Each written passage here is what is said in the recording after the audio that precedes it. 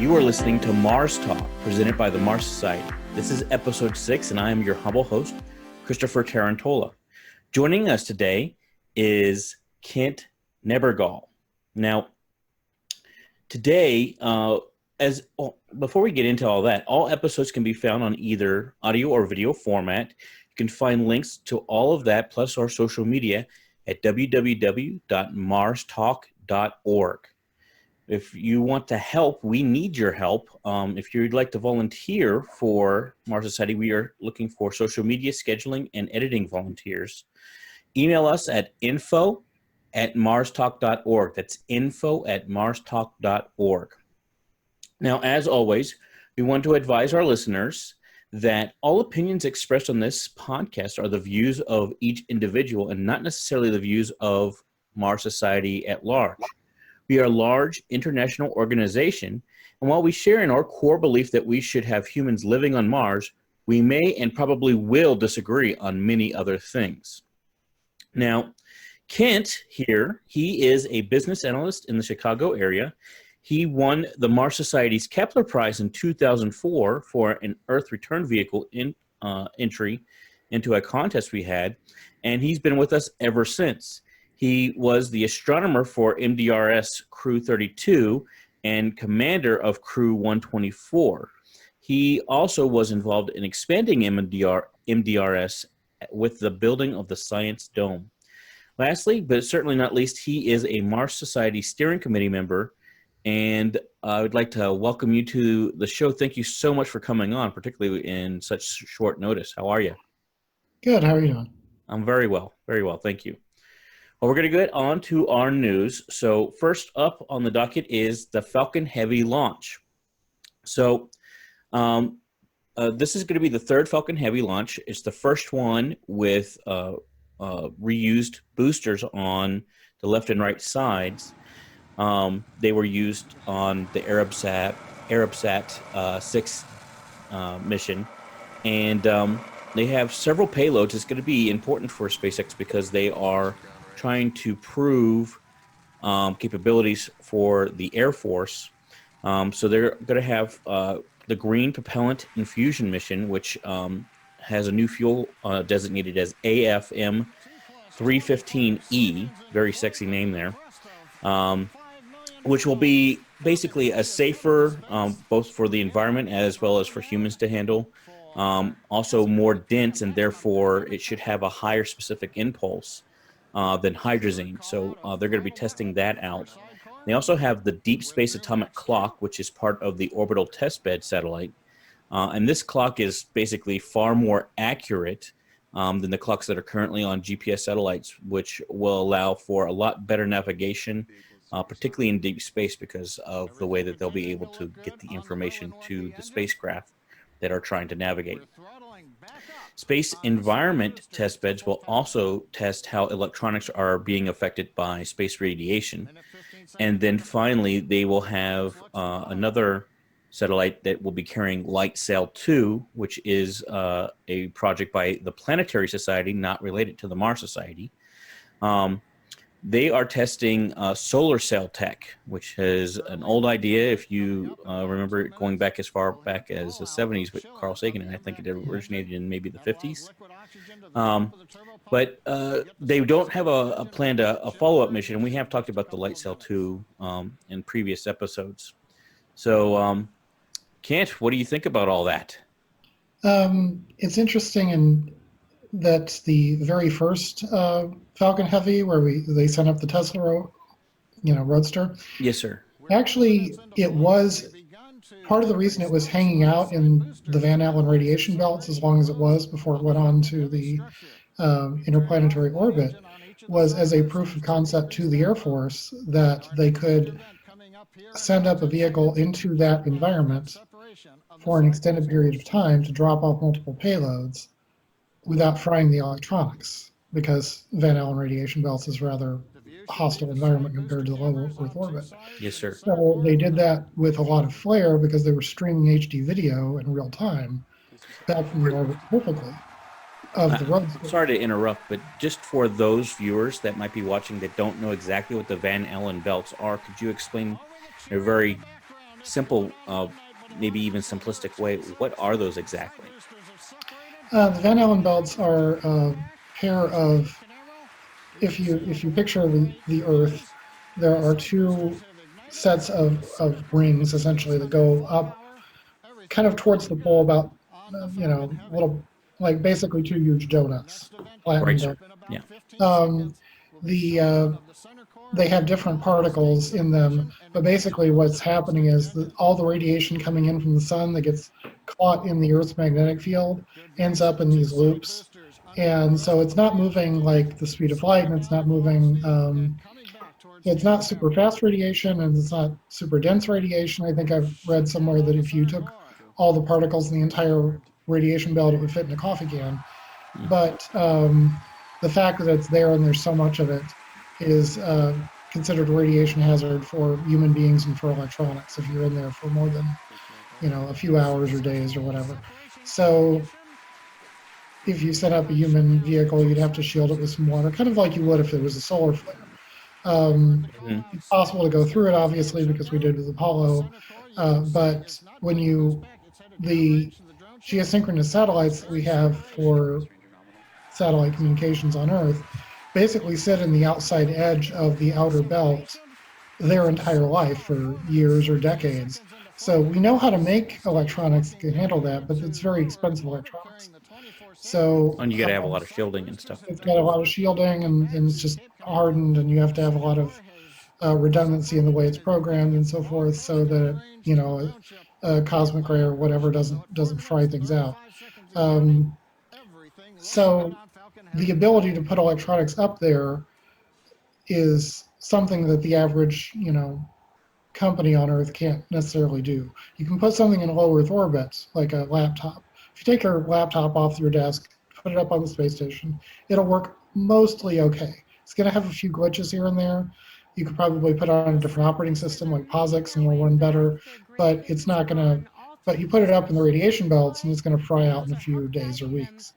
So the fact that this company, which spent a lot less money on avionics than other companies did, was able to not only send their avionics up there to guide the vehicle, but to stream back high definition video that we enjoyed of watching the roadster spinning up, and watching the Earth in the background, stuff like Which that. I would argue is almost as important as anything else that they did because of the public relations that it. Exactly. Everybody thought it was purely public relations and just, a millionaire having fun, and it was. But there actually was a method to the madness behind the whole thing. And this is sort of the culmination of that, because this vehicle will also go into multiple orbits, dropping off these various satellites primarily for the Air Force, but also for NASA and all these other organizations. This deep space atomic clock is interesting in itself because if you send a mission into, to say, Mars, it is utterly dependent on a signal from Earth to give it its distance and so forth. They use Doppler shifts and atomic clocks on Earth to say, okay, you are exactly this far away from Earth at this point, which means you're this far in your trajectory. We can give you sort of your altitude and azimuth to a degree, but we can really get your distance really well because of this Doppler shift. Right. But it's hard to triangulate because the Earth is only so wide. Right. But it's so between those three bearings, you've got a reasonably good picture on how things are going. Once we start sending crews out there, if they have an atomic clock like this, which is the one it's replacing is the size of, the one on the ground is the size of a refrigerator. The one that they're putting on this CubeSat's like the size of a loaf of bread. So a big difference there, and it's even for an atomic clock, it's very precise. So you put this on Starship going to Mars or whatever, you have an independent confirmation of where your location is and the navigational data. There are other methods out there. There's methods using Deep Space One was able to like take its camera and look at star fields and then look at the asteroids that it could see in the star field and map its location like that, like spotting, using, okay, this asteroid should be here, but it's here. That means I'm over here in order to get that image. Right. Things like that. So there are other methods, but so that atomic clock for ongoing deep space research is kind of a big deal, especially for crewed missions. To what my basic understanding, and correct me if I'm wrong and if I'm being overly simplistic, but it basically, the complexity that has been put into the atomic clock basically allows for a lot simpler operation of deep space crafts, their ability to navigate, because they have this craft that has such a precise timing, and also, like, I think they said it was like it's going to lose a second over the next billion years, or maybe it was a million years, but either way, like it's very accurate for a very extended period of time, and it's going to be outside of Earth's gravity well, so it's not going to be warped by the same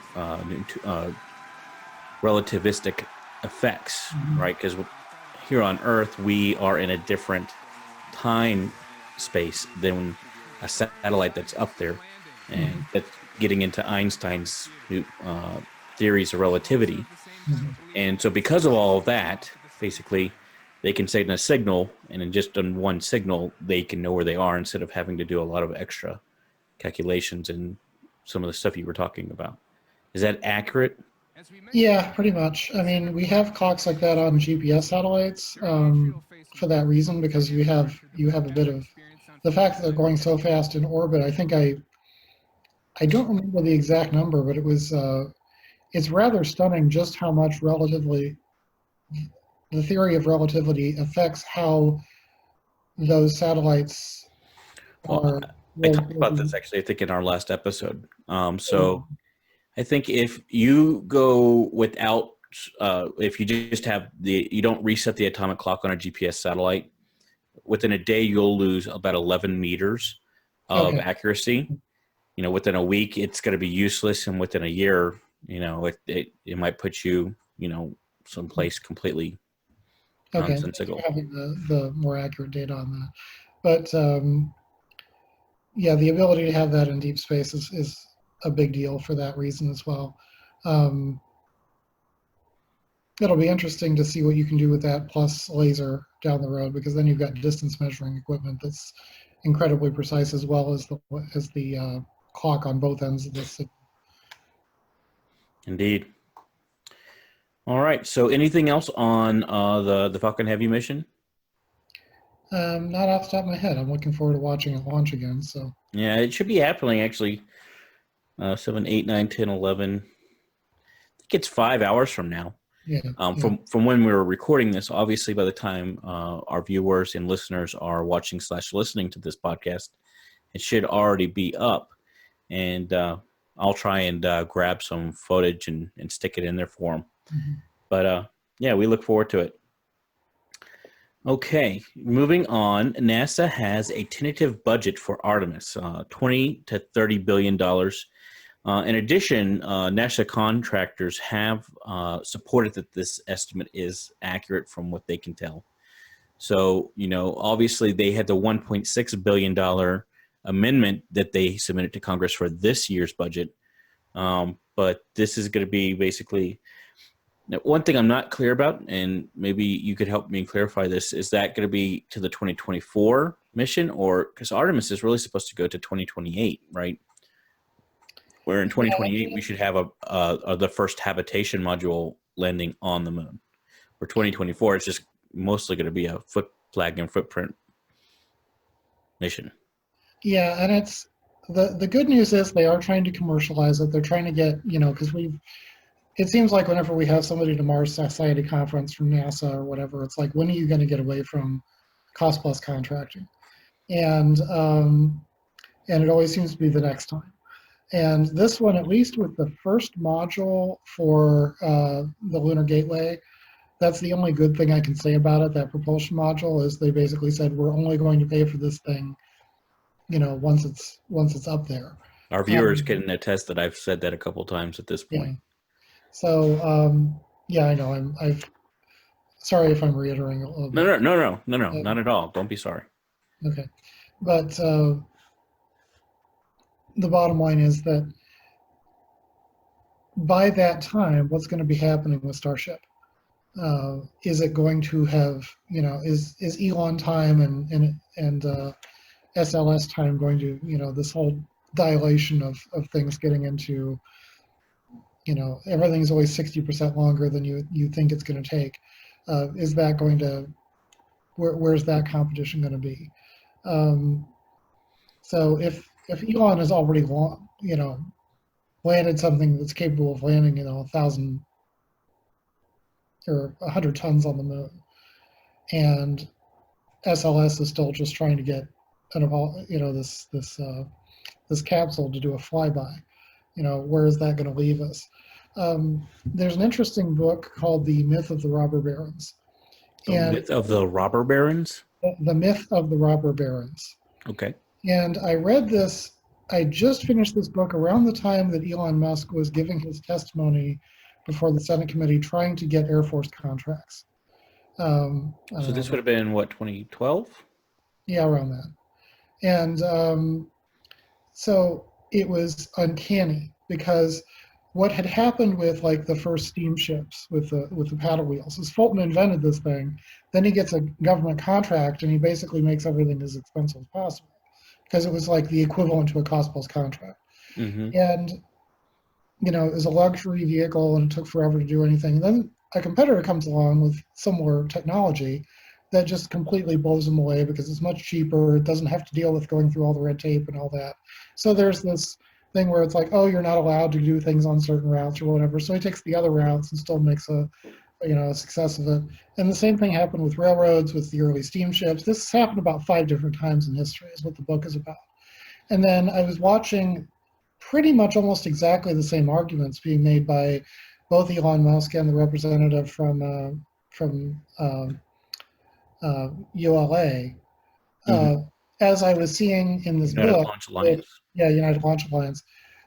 As I was seeing in this book with the early steamships, with the early railroads, and so forth. And what happens historically in these situations is eventually it becomes so obvious to the public, to the voting and taxpaying public, that a boondoggle is a boondoggle because it just keeps getting worse and the commercial system keeps getting better.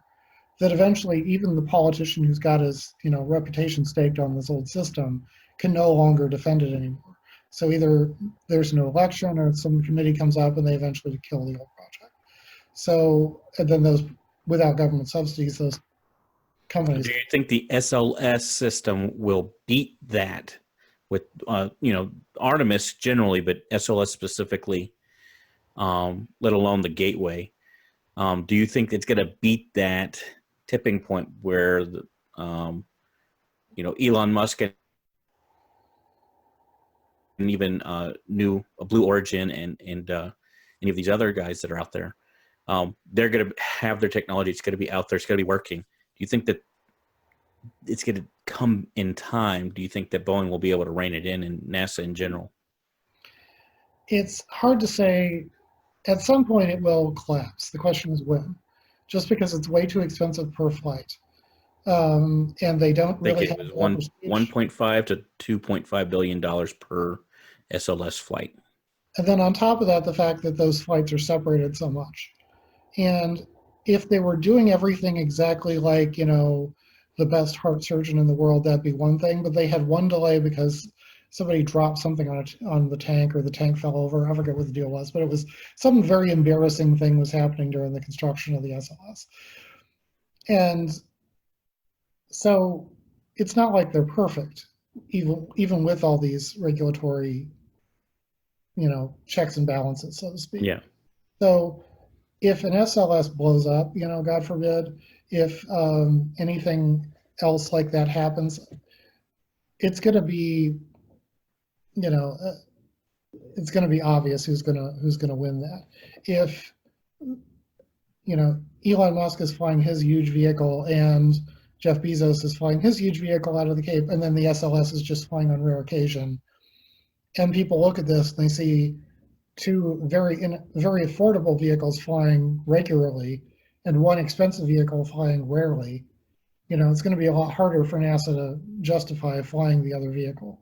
So can they just power through? Well, they kind of did that with the shuttle. I mean, the shuttle was dragging on and on for, I think at least 5 years past when it was supposed to be flying. And it was one of those things where they just kept throwing money at it and throwing money at it until they got a vehicle that was flying. And it gave the illusion of an affordable vehicle, despite the fact that I think when you amortize the price, it was like $500 million per launch or something like that. So it's one thing when you have enough money to throw at things like that, but as things get um, tighter with budgets down the road and it just becomes less tenable, not to mention the fact that the new vehicles are new vehicles, they're not 1970s technology, then we should be able to move past this 1970s technology. Well, I I mean, think, just the idea of reusability, I think, is a big deal. right. Um, it really is just utterly disruptive, I think, to the whole system. And I think on one of your presentations that we've had here at the Mars Society at the conventions, I forget if it was last year or 2 years ago, you had a little chart where it had bars going out to the right, and then each one was talking about how there was an old system called the waterfall system and a new system. I forget what it was called. Well, actually agile, but yeah. Um, yeah, it was what you're describing as a timeline of there was a time in what I think of it in the computer world because that's my world, but it was also in engineering prior to that. A lot of this came out of the Mercury and Gemini programs and so forth, and they were very effective at the time because you couldn't do those things without those methods. They were good. They were what I grew up on, so to speak, in my 20s. But every project that NASA has ever done was in that era. And what it is you finish something before you start the next thing. You finish all your design work before you start building. That's the essence of the method that you're talking about. Right. And then you finish all your building before you test, and all your testing before you market, and so forth. And the problem with that is that something shows up in testing that affects the design or affects the build. So there's a faster method where you basically do things in quick iterations of several weeks at a time, where you do a little bit, test a little bit, build a little bit, and you keep going back and forth on this until you get a faster product. And that's what we're seeing with the 3 Starship prototypes that they're doing right now. Is that not correct? Exactly. And I think that's a very agile method. But what I was pointing out is every single project that Elon Musk has ever been involved with since the beginning of his career has been in the agile era. Every project that NASA has done up to the space station was conceived and launched in the waterfall era. And so that chart was basically showing exactly where the timelines are on all those things in terms of methodology. The advantage of Agile is that you can do a lot of things very quickly. It's designed to move technology at the speed of Moore's law, where it doubles every 2 years roughly in capability. You can't keep up with that with waterfall. It's just too slow. And it's too expensive. So a lot of companies would go under if they kept doing things that way. So they had to be a better way. So that's what was invented. It was something that gets your product out the door as quickly as possible. Now, you can go too far with it. I've seen companies that were just sticking things together too quickly in the IT arena. And the other disadvantage, which everybody makes fun of Elon Musk about, is it's very hard to make long-term predictions on when something is going to get done. Right. So it's typically about 60% off whenever you do an estimate. And one of the other charts I did in that talk was that's exactly how far off the Falcon Heavy was. Now, I think this is Elon Musk's own words. He said that when they did the original Falcon 1, they were 200% off, and he wants to get it down to 20 to 30% off. But right now he's around 60% off. So we'll see how things go with Starship, if it's any closer, or if this iteration cycle is going to take more time than expected. It already is, but it's still super impressive that these Raptor engines are functioning right now. Well, so going back to we'll talk about that in a second, actually. But going back to the budget with Artemis, the thing that gets me about it is I feel like NASA wants to move forward, and they just can't because of the political system that we're in. And I know you've done a lot of thinking about politics and society and economics, um, and more specifically relating to colonies on Mars and elsewhere. But do you have any good concept? Have you been paying close enough attention to be able to give us some sort of what could we do now to try and accelerate NASA getting away from the SLS and the gateway architecture of having to do it because they're being told to do it, and getting towards doing stuff where they can say, okay, this is the best way to do this job, so that's the way we're going to do it because it makes the most sense, not because it pays the right contractor the right amount of money. It's hard to say. I think that it's, when you were starting that whole thing, the image that flashed into my mind is I didn't watch that much of Babylon 5 when it was on, but there was a really good episode where Londo, the very traditional German centurion, whatever, or Centauri, I'm sorry, there's this young couple who want to marry for love, and they have this very traditional culture where you have to have arranged marriages for political reasons or whatever. So he's thoroughly opposed to this. And then he kind of has an introspective moment where he remembers he's at this huge party, and he finds his father, I think, or some uncle or whatever, crying in the corner. And he asks him, "What's wrong?" And he says, "My shoes are too tight, but it's okay because I've forgotten how to dance." And then, at the end of the episode, he finally gives this blessing to this couple. It's like, yes, you're going to screw up your lives. It's okay. You're young and you should know how to dance, or you should dance, because someday you're not going to be able to do it anymore. And what I see with NASA trying to struggle with this whole thing of try to get to the moon in this particular limit, I get the impression of the old man crying in the corner saying, my shoes are too tight, but I've forgotten how to dance. Mm. And they don't know how to do things quickly anymore like they used to. They kind of do with the probes, but even that's kind of getting stuck in, like the new probes are getting bigger and heavier, but they're also getting delayed. And, we've had issues with the payloads on this new, Mars 2020 rover and so forth. And they just, they move with it anyway. Like part of the problems with the drill on the Curiosity rover, they knew about that before they launched. They just didn't have a chance to fix it in time. There's like a little memo somewhere. Somebody says, "I hope we don't blow this thing because we know there's a fault with it." And they had to launch it anyway because they couldn't wait another 2 years to launch it. They just had to take their chances with it. And they've had some glitches with it, but overall it's, they're working around it. But when you have a group that gets kind of in this moribund, negative feedback cycle, it's the old thing about if you've got 7 crazy friends, you're going to be the 8th. If you got 7 people who just don't do anything and they're only about it, about the contract money and kickbacks and whatever, you're not gonna do well in an environment like that. So I think they're trying, but it's almost sad to watch at this point. The way that the current NASA director is trying to make things work, and it's just not. He still ends up with, when we're going to still use Orion and so forth, and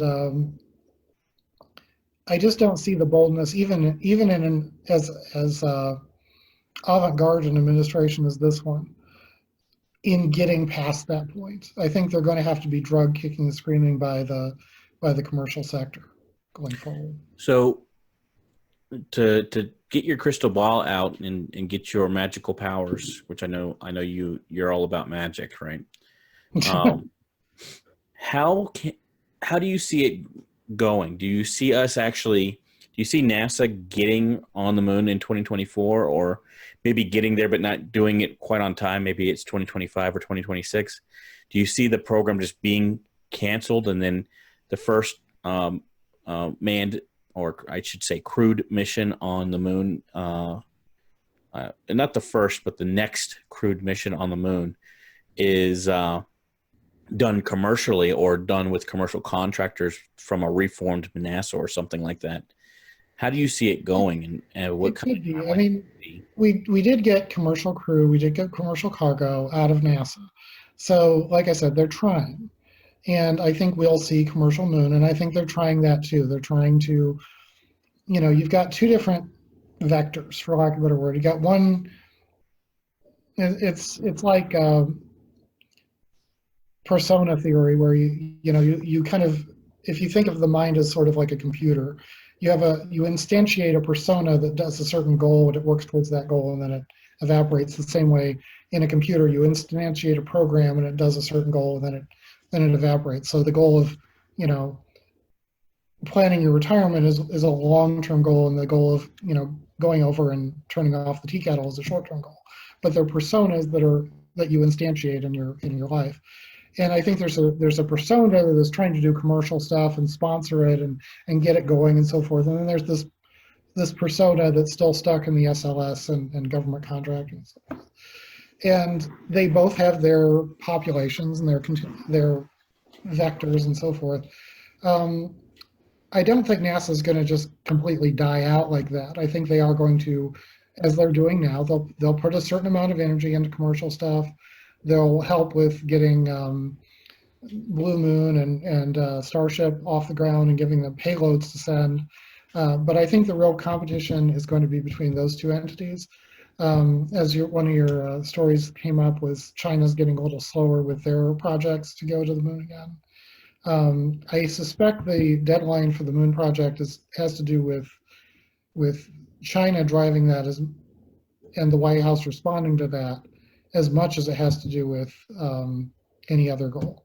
So I think basically they said you must be there by this time, otherwise if China closes it out or whatever, they claim it the same way they're trying to do with those islands in the South China Sea, then we've got another political problem. It'd be much better if we got there first, so we could deny them that.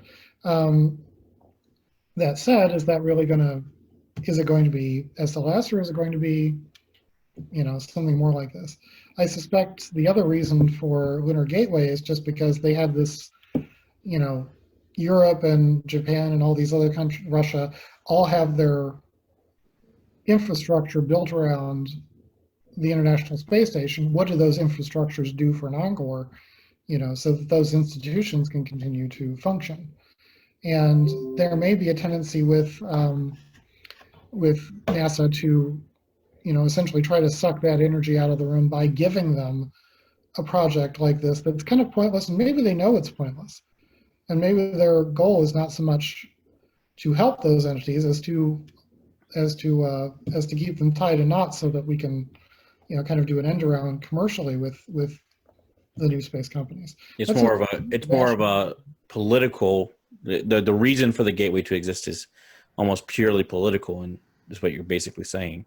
It's one thing to be political in the sense that we as taxpayers are getting, stuck with this thing that costs so much. But talking international politics as well.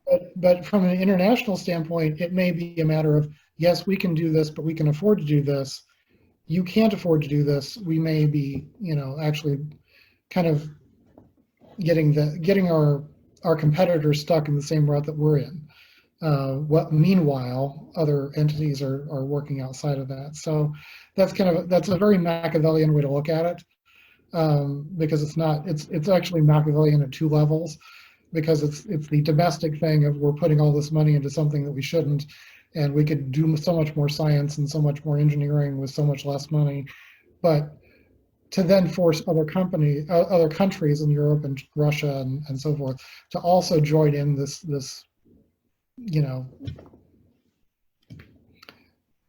pointless endeavor, firefest or whatever of wasting all this time and money on something that's not going to go anywhere.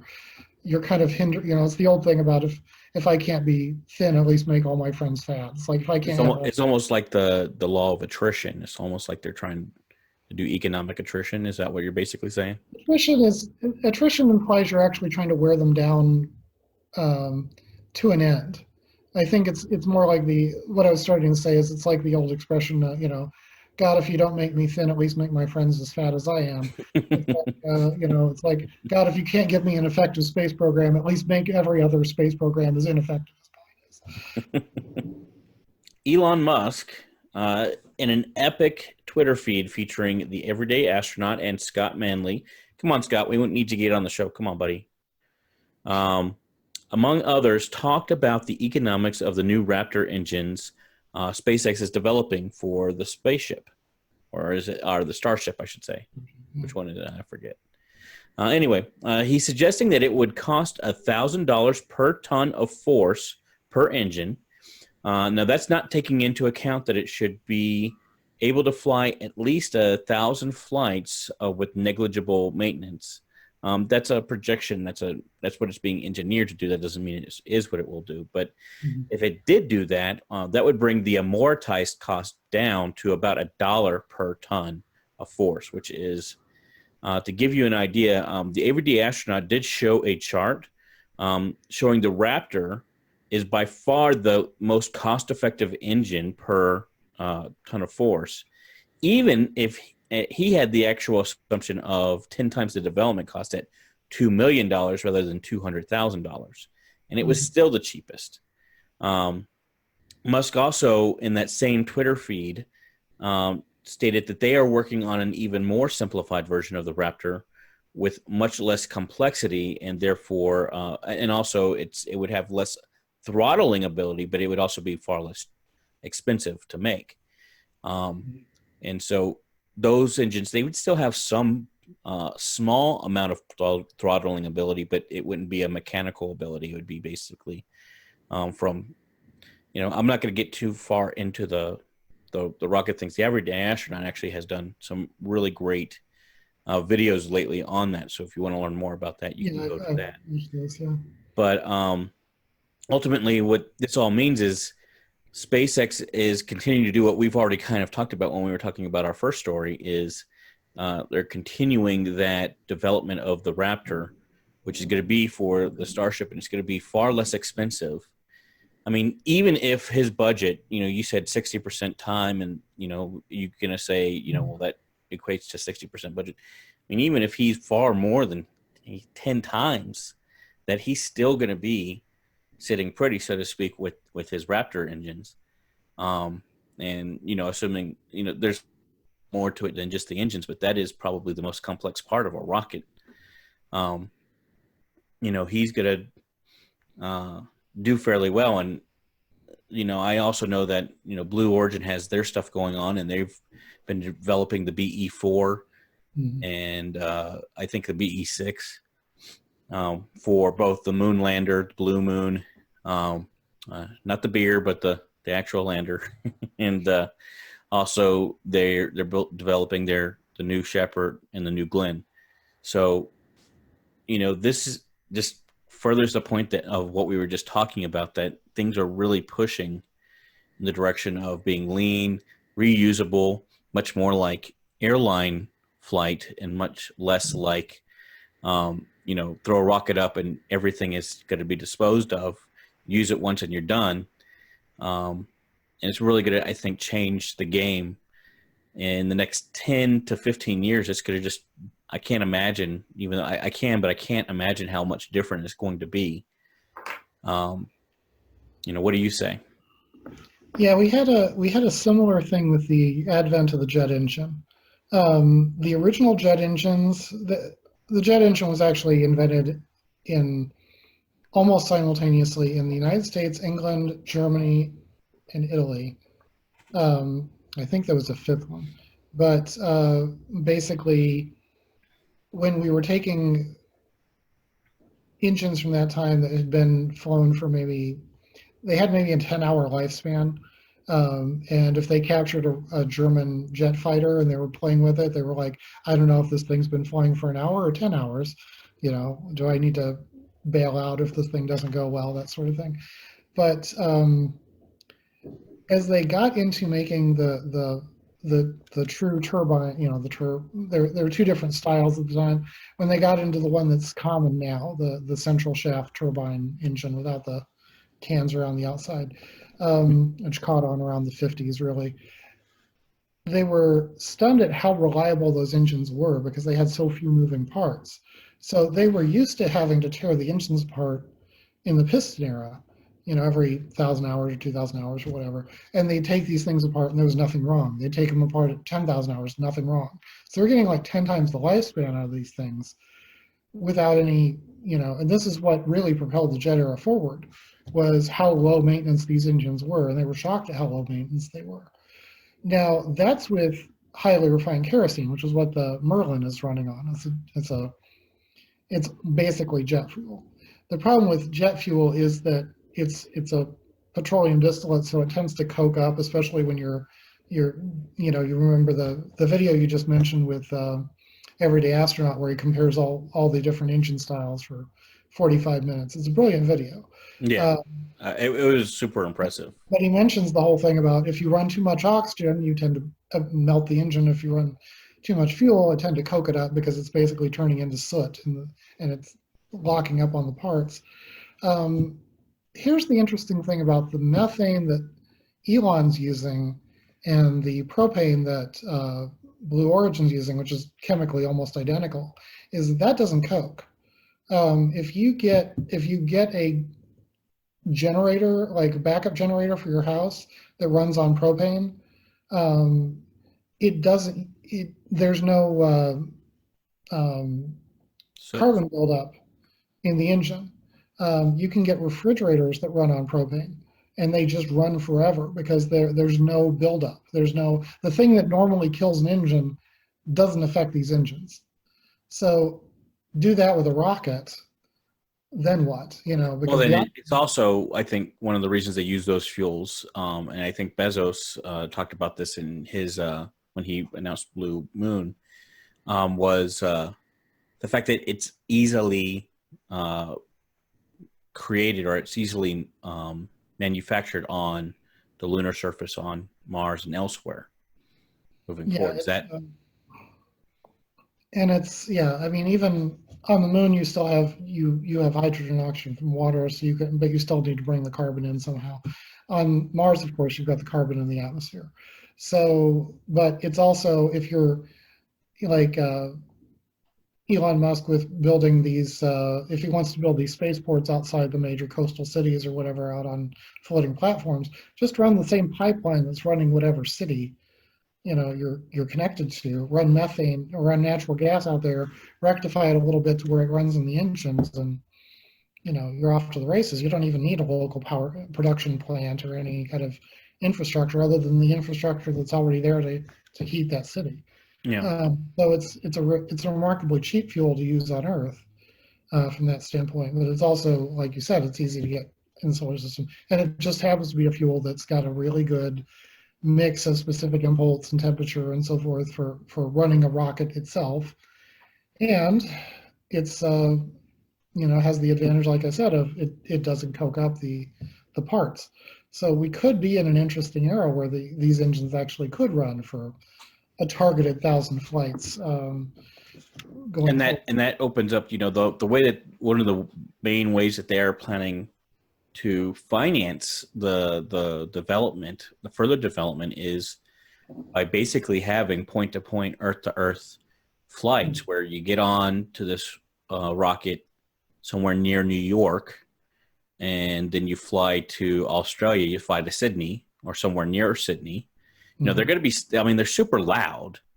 I've heard other people talk about this. An engine or a rocket blasting off or coming back, it's going to be so loud that it's not like you could have it even where we have our airports. Like in Houston, you couldn't have it at Ellington Field, even though Ellington Field has all the things you would need to launch a rocket like that. It's too close to populated areas, and the noise alone would just be overwhelmingly loud. You'd have to basically build out into the ocean or build off down the coast somewhere where there's basically nobody there, and you'd have to maybe put in a hyperloop or something to get there. But still, it's going to take you 40 minutes to get there, maybe another hour to check in. You get on the flight, and it takes you 45 minutes to get to Sydney. you call that, what, 4 to 5 hours? That's still way better than 23 or, Mhm. God knows how many, depends on the flight. That's still a really big thing. And if you got a really high powered businessman, he can say, okay, company, pay for this so I can be at this meeting in Sydney Mhm. or in Shanghai or, whichever city it is, so that I can actually be there and make this business still happen. And the company's going to do it because they need to get their man there, Yeah, it's an interesting thing. I don't know that it's going to take off as quickly as we would hope, because you've got the issue with, okay, we're going to build all this infrastructure for a rocket that is, let's say Australia, for example. It's going to bring in the tourists, it's going to bring in the money, people, and so forth. But that rocket is not built in Australia. So they're basically providing infrastructure for somebody else's business. You have to take that into account politically and so forth. You're going to have to deal with city governments and so forth, which are notoriously corrupt anywhere. The bigger the city, the more corrupt, more hands you have to grease to get something built. So, I mean, look at how long it took to replace the World Trade Center with the Freedom Tower. There's a lot of, and that was a passion project, and still it took it was forever. like 15 years, I think. Yeah, because it's, you've got the people to deal with in that situation, and that was domestic. I mean, it's so when you get into something where it's like you're going to have the first wave, it's probably going to be, California, New York, and whatever. It's going to be domestic. Well, I heard it'd probably be Boca Chica, obviously Cape Canaveral, because the infrastructure's already there. And Boca Chica, it's way south. It's probably an 8-hour drive from Houston. Mhm. I've not done that drive, but I've done a lot of driving in Texas. I'm from Houston. I drive Mhm. from Houston to Lubbock all this thing in time. I'll be doing that actually next episode. I won't be Mhm. on because of that.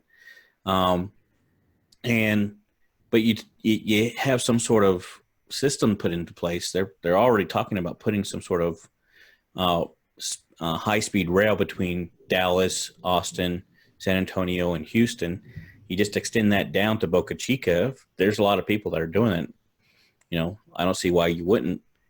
Exactly. And you also got Orlando to Cape Canaveral is not that far, Yeah. and then on the you'd have to build it on the East Coast, but that's where they're manufacturing a lot of the stuff. So it's not too far fetched to say California. Yeah, and the other thing that came up recently was they said that just the Starship part, not the booster, can still go, I think, like across the Atlantic. It can't go across the Pacific without the booster, so that's a lower noise threshold, a much lower cost threshold. And even they were surprised by how far they could go with that whole thing. But I think I was thinking about the same thing, and I noticed in Bob Zubrin's book, The Case for Space, he has a nice graph in there. And if you look at that graph, it looks like you'd be limited to maybe 600 miles, 1,000 kilometers, but they were doing closer to, I think, I don't know, 5,000 miles, I think. It was surprisingly far that they could get with that if they tune the engines just right and so forth. The So, hardest part, I think, with Europe is none of the cities are on the coast because of the Vikings. yeah, that was my point. Uh, that was actually a funny thing that normally my talks at the Mars Society get like 300 views or something like that. And that one got picked up by Next Big Future. And so next thing I know, there's like 12,000 views on that thing. I think it's up to 14,000 now. But I was pleasantly surprised with that whole thing. But yeah, that was my comment, is that all the major cities in Europe are older and they're moved further inland, because the only cities that are on the coasts that were capitals or so forth were the ones that were colonized by or source civilizations for the Vikings and so forth. So Denmark and so forth, or they're far enough around the coast, like Venice, that they were Yeah. instituted from Yeah. that. So just an amusing bit of history that carries forward 1,000 years. But You could see, in 100, 150 years, maybe 200 years, that some of that might shift, just like, you have the invention of air conditioning, then suddenly, at least in the United States, and I'm sure this is applicable elsewhere, all of the fastest growing cities are in the South. You're talking, Atlanta, Georgia. You're talking Houston, Texas, Dallas, Texas, Austin, Texas. You're talking Los Angeles. You're talking Phoenix, Arizona. Those cities are all in very hot areas. If you don't have air conditioning, people aren't going to be moving there. I don't know, and I'm not saying that that's the only reason for those cities. If you can't hear that, I don't know what's going on. But that's a technology that has affected the way the built environment is for our civilization. I can see if rocket travel becomes what we think it's going to, or at least what I think it's going to become, where not only is it going to be point to point on Earth, but you're also going to have regular flights to the lunar colony, and you're going to have regular flights probably to a Mars colony, let alone to any other orbital stations, and and then it just kind of snowballs from there. That there's going to be cities that don't exist right now, or that are very tiny right now, that are going to be major ports. They're going to be spaceports, just the way an ocean port is a big deal now, even to this day. It actually reminds me of the history of the Houston Galveston area. I know a little bit about it just because I'm from there. Galveston technologically was the most advanced city on the planet in 1900. Now, what happened was a hurricane came and flattened the city. Everything that was on that island was gone because the storm surge basically came up, and I think 3 or 4 feet high of water just washed anything that was on that island was gone. It was the first city to have electric lights. It was the first city to have a lot of other technologies. And if that hurricane hadn't happened, it probably would have happened eventually, even if it didn't happen in 1900, and something might have happened. But, if the trajectory was good to go, you wouldn't know about Houston the way you know about it today. You'd call it Galveston, because Houston would have been a suburb of Galveston, not the other way around. And the only reason that Houston is as big as it is because after that storm, they also built the ship channel into Houston, which is the major economic driver for that city. And then with oil, it only just cranked that up. But little history lesson, just a little side. Yeah, that's interesting. But I know you're a history buff, right? You do a lot of studying history to learn about the future, right? And I try. My dad was actually a test pilot on the B-47 back in the 50s. Really? And he was a corporate pilot for one of the greater inventors that nobody's ever heard of, named R.G. Letourneau, in the 60s and so forth. So in the what? There was a guy named R.G. Letourneau. Actually, he had a Letourneau University in Texas. He founded that. But he was the majority of the earth-moving equipment that was made in World War II was Letourneau. He was a major competitor to Caterpillar and so forth. But my dad he had a cooperative arrangement with Westinghouse. My dad was a chief pilot at Letourneau Westinghouse. My dad knew this guy who had 299 patents. And then that was after my dad had been, this production test pilot on the B-47. So part of the reason I know so much about the history of jet travel and so forth and infrastructure is because I heard these stories growing up, and then I researched them as an adult. When I lost my dad, I found, all these little interesting tidbits that I wish I'd been able to ask him about when he was still around. But there's a lot of just fascinating history and just under the surface of what people experience. Gotcha. I apologize for being a little distracted. We're literally getting hell on my house right now. So, all right. Let's move on to the Mars Curiosity rover. So the Mars Curiosity rover found some more methane on Mars. This had happened a couple of years ago, but the rover picked up levels around 21 parts per billion per unit volume. 21 parts per billion per unit volume, ppBV, inside Gale Crater on June 23rd. That was yesterday as of this recording. Normal range is said to be more like 0.24 to 0.65. So this is a very large outlier at 21. It's not clear where the source is, but It is exciting because it's a possible indication of life. Here on Earth, most methane production comes from life. Now, it could also be sourced from something like water reacting with a certain type of rock. And we don't really have enough information to be able to distinguish between one or the other or some unknown third source. But it is really fun and interesting to know this, and it is something that definitely investigate further with future missions. You said that when we were talking about this earlier that you might have some insight, so I'm really interested to hear what you got to say. When they were going to land Curiosity, I noticed that the landing site was in a, it's in a crater, as everybody knows, but it's also, the crater itself is kind of in a lower area.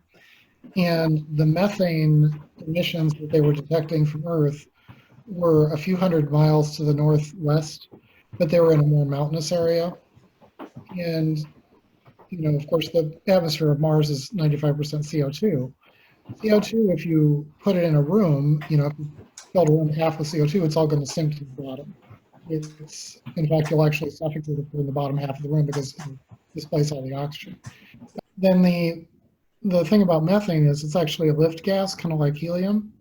If you fill a balloon with methane, it will actually float. It's not as good a lift gas as helium, so you can't really make a dirigible out of it necessarily. But it's more dense than helium, but less dense than normal air. Correct. Is that the same on Mars? Well, physics is physics. I mean, it's going to be the same way. Well, what I mean is Mars's atmosphere is different. Is Mars's atmosphere still more dense than that? Mars's atmosphere is very, very thin, but it's mostly CO2, which is very dense compared to methane. So if you take an equal volume of methane and air on Earth, methane's a lift gas. If you take an equal volume of methane and Mars's atmosphere on Mars, at Mars pressure, bear that in mind, then the methane is going to be even lower density because it's 1/100th the density. The CO2 is at 1/100th the density. So it's kind of, doesn't necessarily quite even out. I'm not chemist enough to give you specifics on that. But in theory, whatever methane is coming off of there is going to be drifting off to higher altitude. So the only way Curiosity is going to get these methane detections is if there's a bit of an inversion layer plus wind coming from that direction, because it's not necessarily local to the landing site. Now there might be something there, like a little spring or something of it, but in general, if it is coming off of that same source that we see from the telescopic images, then it's going to be fairly rare, but it should be somewhat predictable as to when you're going to get those. If you can predict the weather on Mars, you can figure out, oh, the wind is coming from that direction, therefore it's good time to turn on that instrument. I believe something else I heard before they landed is that there's actually a different isotope of methane, or of the elements in methane, whether it's from life on Earth or from geology on Earth. So really? You have analogous life on, or analogous, analogous geology and life. To be clear, for again, because we have viewers as young as 11 years old that I know that watch this, so I like to try and break some of this techno-babble down a little bit for them. When you say that there are different isotopes, basically what that means, the atoms that make up methane, which is a molecule of several different atoms, have different numbers of neutrons in them. Is that correct? Right. So that changes depending on whether life or the water rock interaction occurs. Has a different isotope, and so that's a really great way to try and source where it is coming from, or at least get more evidence to be able to do so. So it's not conclusive, but it's a strong indicator one way or the other that we could still get off of the instrumentation that's on Mars now. If we get a really good burst of that methane, and that instrument happens to be turned on, and that sensitivity happens to be part of whatever it's doing. Does Curiosity have the ability to distinguish between the two isotopes? It does in large enough doses. The question is, because it's not, The instrument is not quite designed for this purpose. It's more for the mineral examinations. So when they grind up the rock inside the lab, they're looking at the gases coming off of that. Well, the instrument is designed so you can also pull the atmosphere in to that same instrument, but it's designed for the parts per million and isotopic ranges of a rock sample that's being evaporated out. That was the So, primary purpose, and this is kind of bonus science. so this is the bonus. So if we happen to get a big enough burst of methane, the fact that we can detect methane at all at these low doses is pretty spectacular for that instrument. So to get the isotopic data as well, we'd have to get an even bigger probably burst than that. I'm not sure how big it would have to be, or if the instrument would have to be tuned specifically to be waiting for that event when it happened or whatever. But with the instrument on the surface now, in theory, it is possible that we could get a headline in a year or two or three or five without even a new probe landing that we've detected biological signatures. That's really cool. I learned a little something new today, so I appreciate that. All right. Well, that's it for the news. Let's move on to talking about Eureka. You submitted an entry to the Mars Colony Prize, which will be fully announced who the winners are and who's going to make it at our conference, which is happening October 17th, 18th, 19th, and 20th at the University of South California. Is that Southern California in Los Angeles? So be there or be square, because we're going to have a lot of great people. Are you planning on doing any talks there at the conference? I am. The question is at this point, there were 100 entries. They were very high quality entries from what I can understand, because I was actually part of I was one of the judges on a different thing before this. And so I was not expecting the quality of the entries that apparently came in for this, because they went from 100 entries that came in down to 25, and I was one of the 25. Okay. So am I going to be presenting that there? Well, I'd have to get in the top 10 to 8 to 10. Are you going to present? Well, my question was, are you planning on presenting anything at the conference? Not necessarily related to. I will definitely present something. The question is what? Okay. I came up with if I am not selected in the top 10, I will present this, because I've already built everything for it. And this has been kind of pretty much consumed my entire winter and spring building this. So it'd be kind of a pity not to present it. So it's either going to be in a track talk or it's going to be in the competition, one way or another. So we're going to get to see this in a lot more detail than you'll see here, one way or the other at the conference. Yes, one way or another. And I've got some good renderings and so forth, but I don't have like the presentation yet. So gotcha. Then there's another talk I'm planning to do. I may just be suicidal and do it. Sorry, I'm gonna move my mouse because one of my main light sources here is actually my other monitor. The other talk I'm thinking about doing now is on Starlink, and the thing that Elon Musk mentioned in passing a little bit back, if you took satellites like that and made them into space probes, you could send like just a cloud of them off Starship past, a number of asteroids in the asteroid belt, and you'd still be able to get signals back from the laser communication system and so forth. There's that, and then I've also seen some. So what would be the benefit of having 60 satellites that are sent past in a line, so to speak, the asteroid belt, versus just having one really good probe? If you have, this is very much what Planetary Resources was talking about, where they'd have to make a bunch of little CubeSat derived. It was basically a telescope with some solar panels and so forth.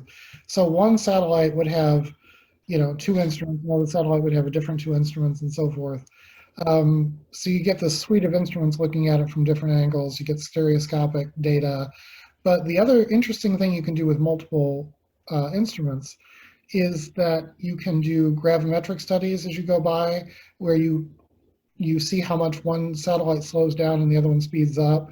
So you can deprive mass concentrations. Like if you put these in orbit around the moon or Mars, you can find mass concentration under the surface. In fact, the Grail mission to the moon was specifically just that, to look for mass concentrations under the surface. If you And for some people that don't understand that, like my personal experience with this is using a gravioli detector in Kerbal Space Program, which is, you push a button, it says some funny stuff, and that's about how you get it from it. How does knowing the different gravity strengths on the surface of Mars or anybody, what does that tell you? What kind of information does that give you for what you're like? Why is that something interesting to know? It's for settlement. It is really, really interesting because if you can sense there's a void under the surface, then you've got a really nice big cave that's radiation hardened and thermally protected to live in. If you detect a metallic asteroid, you've got a really good source of nickel and iron and other. And didn't they just have that happen on the moon? Yeah, they detected it's too deep to really get to. It's like 100 miles under the surface of the southern pole. But they detected just this gigantic mass concentration under the South Pole that, maybe it's metallic, maybe it's just a higher density rock, but it's significant just to the geology of it, and explains a lot about why the moon is the way it is. But mainly it's, if you're looking for particular kinds of materials, they're going to be in association with other things. So if you find a lot of metal in an area from either meteor strikes or from mining or whatever, on Mars, you've got other sources because it can, it can collect the same way it does on Earth through volcanism and so forth. But you also have just the simple issue of metallic meteors, because 1 in 10 or 1 in 20 meteors is actually metallic. So if a meteor falls, you've got basically refined metal there that you can just grab and melt down and make into something.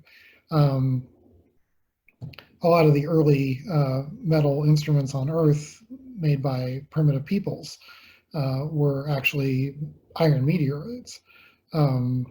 There's, I guess, a knife or something in King Tut's tomb that's actually meteorite metal. Because really cool. Here's a piece of metal, let's make something interesting out of it. And they found out later, it's actually a meteorite, a metallic meteorite. Most of the platinum on the surface of the Earth is actually from meteorites, because that's too dense to have come up from the subsurface. It actually has to fall in from above. So it's, in other words, when the Earth was forming, and through volcanism and all the other different activities that happen within the planet, the palladium, or platinum rather, is too dense. It would have fallen to the center of the Earth, or closer to the center than the surface, and would not have been able to be pushed back up by any of the other processes that might do that. Like, there's something odd about it. I don't understand the geology of it all the way to really give you a good informed opinion on that, because gold does, because it works with volcanism and so forth. It melts at a nice, range where it makes nice seams and so forth in the metamorphic rock and so forth. But platinum, for some reason, just doesn't. It's like all the things that we have for platinum seem to be associated with meteor strikes. Okay. All right. So I got you off track there a little bit, because I wanted some more explanation about so that's why would we have multiple different, why have 60 or maybe it's only 30, or maybe it's 120 different little CubeSats going by the asteroid belt, versus just one or even 2 or 3 really good high quality. Well, they're not all going to be going the same path, because they all have iron. The thing about Starlink is they have ion drive engines, so they can all go to different asteroids. Okay. They're just going to go to different places in the belt. He'll send 2 here and 2 there and whatever. You've got, even just straight out of the box, the way they're built now, you've got the little laser communication telescope systems. You've got an optical system. You could do laser range finding and so forth. There's a lot of things that Planetary Resources was pioneering as concepts before they kind of dissolved, more or less. And the other thing to keep in mind is planetary resources is based very close to where Starlink's stuff is based, up in Washington or Oregon or somewhere in there. So Do you know, did a lot of the people that were working at the one go to the other? I don't know, but it would seem like a logical thing for Musk to buy up the intellectual property. Just if that's what he wants to do down the road, he's got the capability and he's got the perfect opportunity. Whether he takes that opportunity, I don't know. Gotcha. I think there's also opportunities for other things that Starlink could do for space-based radar and things like that, because you've got 5 phase array um, antennas on there for high-speed internet. What's to prevent you from rejiggering them a little bit and making subsurface radars that can work at multiple frequencies at once? So you could get like really high resolution stuff close to the surface and slightly lower resolution a little deeper and so forth. And then the other thing you could do is bounce it from one satellite, bounce it off the surface, bounce it back up to another satellite. Then you could do other things like where you do 3-dimensional imaging underneath the surface. So if you send these things to Mars, even before you send people there, you could get some really good data on the subsurface, which also affects landing and so forth. So, and why not use that on Earth as well if you've got satellites that are able to do stereoscopic imaging from radar? So there's a lot of possibilities there that should be discussed, I think, at this early phase. So Awesome. there's less Eureka. So you're planning, and maybe I've pulled enough of it out, but you're planning on having a talk about that possibly at the conference. Mm-hmm. Along with either Eureka will be in the contest or it will be a separate talk, but I'll have at least 2 talks there, that one and the one I just mentioned. Oh, it'll be very interesting. Hopefully, I can meet you in person there. And guys, if you're watching or listening, definitely go there and go to those talks, and we'll do a shameless plug right here and now. So, all right, well, on to Eureka, which is the name of your colony. It's named after the TV show, which came out about a decade ago. That's what I read. What is your design? What was your philosophy? What goals did you have with it? And what do you think? Did you have a pardon the pun, eureka moment where it's like, okay, this is something I hadn't thought of before and a really good solution to this problem? I think it's Eureka kind of is a what's the word? It's a convergence. It's an evolutionary convergence of things I've been working on for over 10 years. And these were talks. If you go like way back in my history with the Mars Society, it's like I gave a talk on I came up with something around 2004, which I called the Grand Challenge Matrix, which is basically a grid, like a periodic table of all the great challenges you have. And in space settlement, you can kind of, I said, we've really got to chip the corner of it, which is like the hydrogen atom of the periodic table, which was affordable, heavy launch. And then the next one after that is on-orbit refueling. And we're finally getting that. So it's like, okay, now that we've finally broken, we've had our big bang moment of now we have hydrogen, now what? What are the other things we can use to build this universe of space settlement? And which are the ones that are being addressed by NASA, which ones are being addressed by industry, and so forth. So from there, it was like, okay, what's the minimum energy path to make those things happen? So I've done a number of talks on, well, what if we put a spinning settlement or spinning thing in orbit and so forth to do, differential gravity examinations of life and chemistry and so forth. And then the other thing that's always been a nagging concern was I had spent 10 years really trying to beat through every one of those bricks on that periodic table to say, okay, this is the best solution I can come up with. It's the least cost, most effective, most foolproof, lowest technology. Just, it works. It's like, a big dumb brick to cover that. It's cheap, it's affordable and all that. But then there's the elephant in the room that nobody's really been dealing with, which is how do you pay for that thing? And how do you get it past, you have the hype cycle where things go up and then all of a sudden they crash and then they come back again as kind of a mainstream thing. So we had this with artificial intelligence in like the 90s and so forth. It was like, oh, we're going to build these massive computers, and then it kind of went away. Lawnmower Man comes to mind, Yeah, 20 years. And virtual reality was the same way. I remember the first time I put on a virtual reality headset was like in the 80s at a technology conference, and it took until last year before I actually owned one. So this we think we had the hype cycle with Apollo, and then now we're coming out of it, and that's true with heavy launch, but it's not true with everything else. So that's a lot of infrastructure, and when you're doing a technology revolution, that's one of the other things I've been studying is what makes a technology revolution work. How does it become the new normal? Because the thing about that curve is it goes up and everybody's really excited, and then it goes down, and then everybody thinks it's passe, and they kind of think it's in the past, and then it just slowly creeps up, and then it levels off, and it becomes the new normal. And at some point, it's going to be boring. That's the goal. And we keep having this idea that, oh, it's going to be so exciting when we can travel all over the solar system.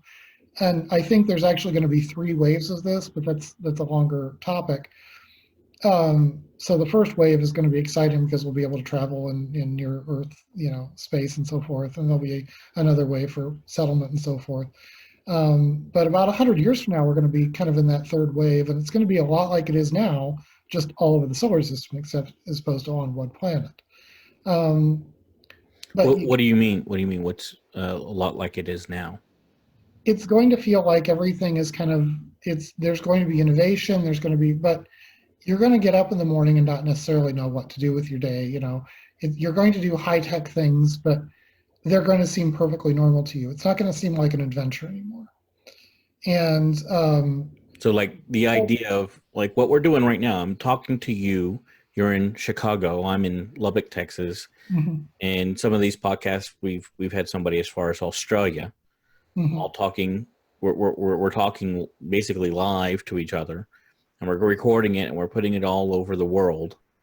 The idea of doing this 20 years ago would have been, front page news and mind blowing. That people could do this. The irony of what you're saying is actually kind of funny, because the very first internet conversation I had with somebody was I was at, like, I don't know, Comdex or something, and they had this trade booth set up, and they had this little thing where you could put on a headset, and there was a little caption there that said "Talking to Texas," and they had somebody in their tech support department there who had their own headset on, and this was like, we're talking dial-up, era, and it was, you were having a conversation, but it was digital, and this was an adventure, and you'd say, "Hi, how are you doing?" And then this woman said, "Fine, how are you?" And it was like, because it was digital, it was like, we're talking over the internet. How could this possibly be such a thing?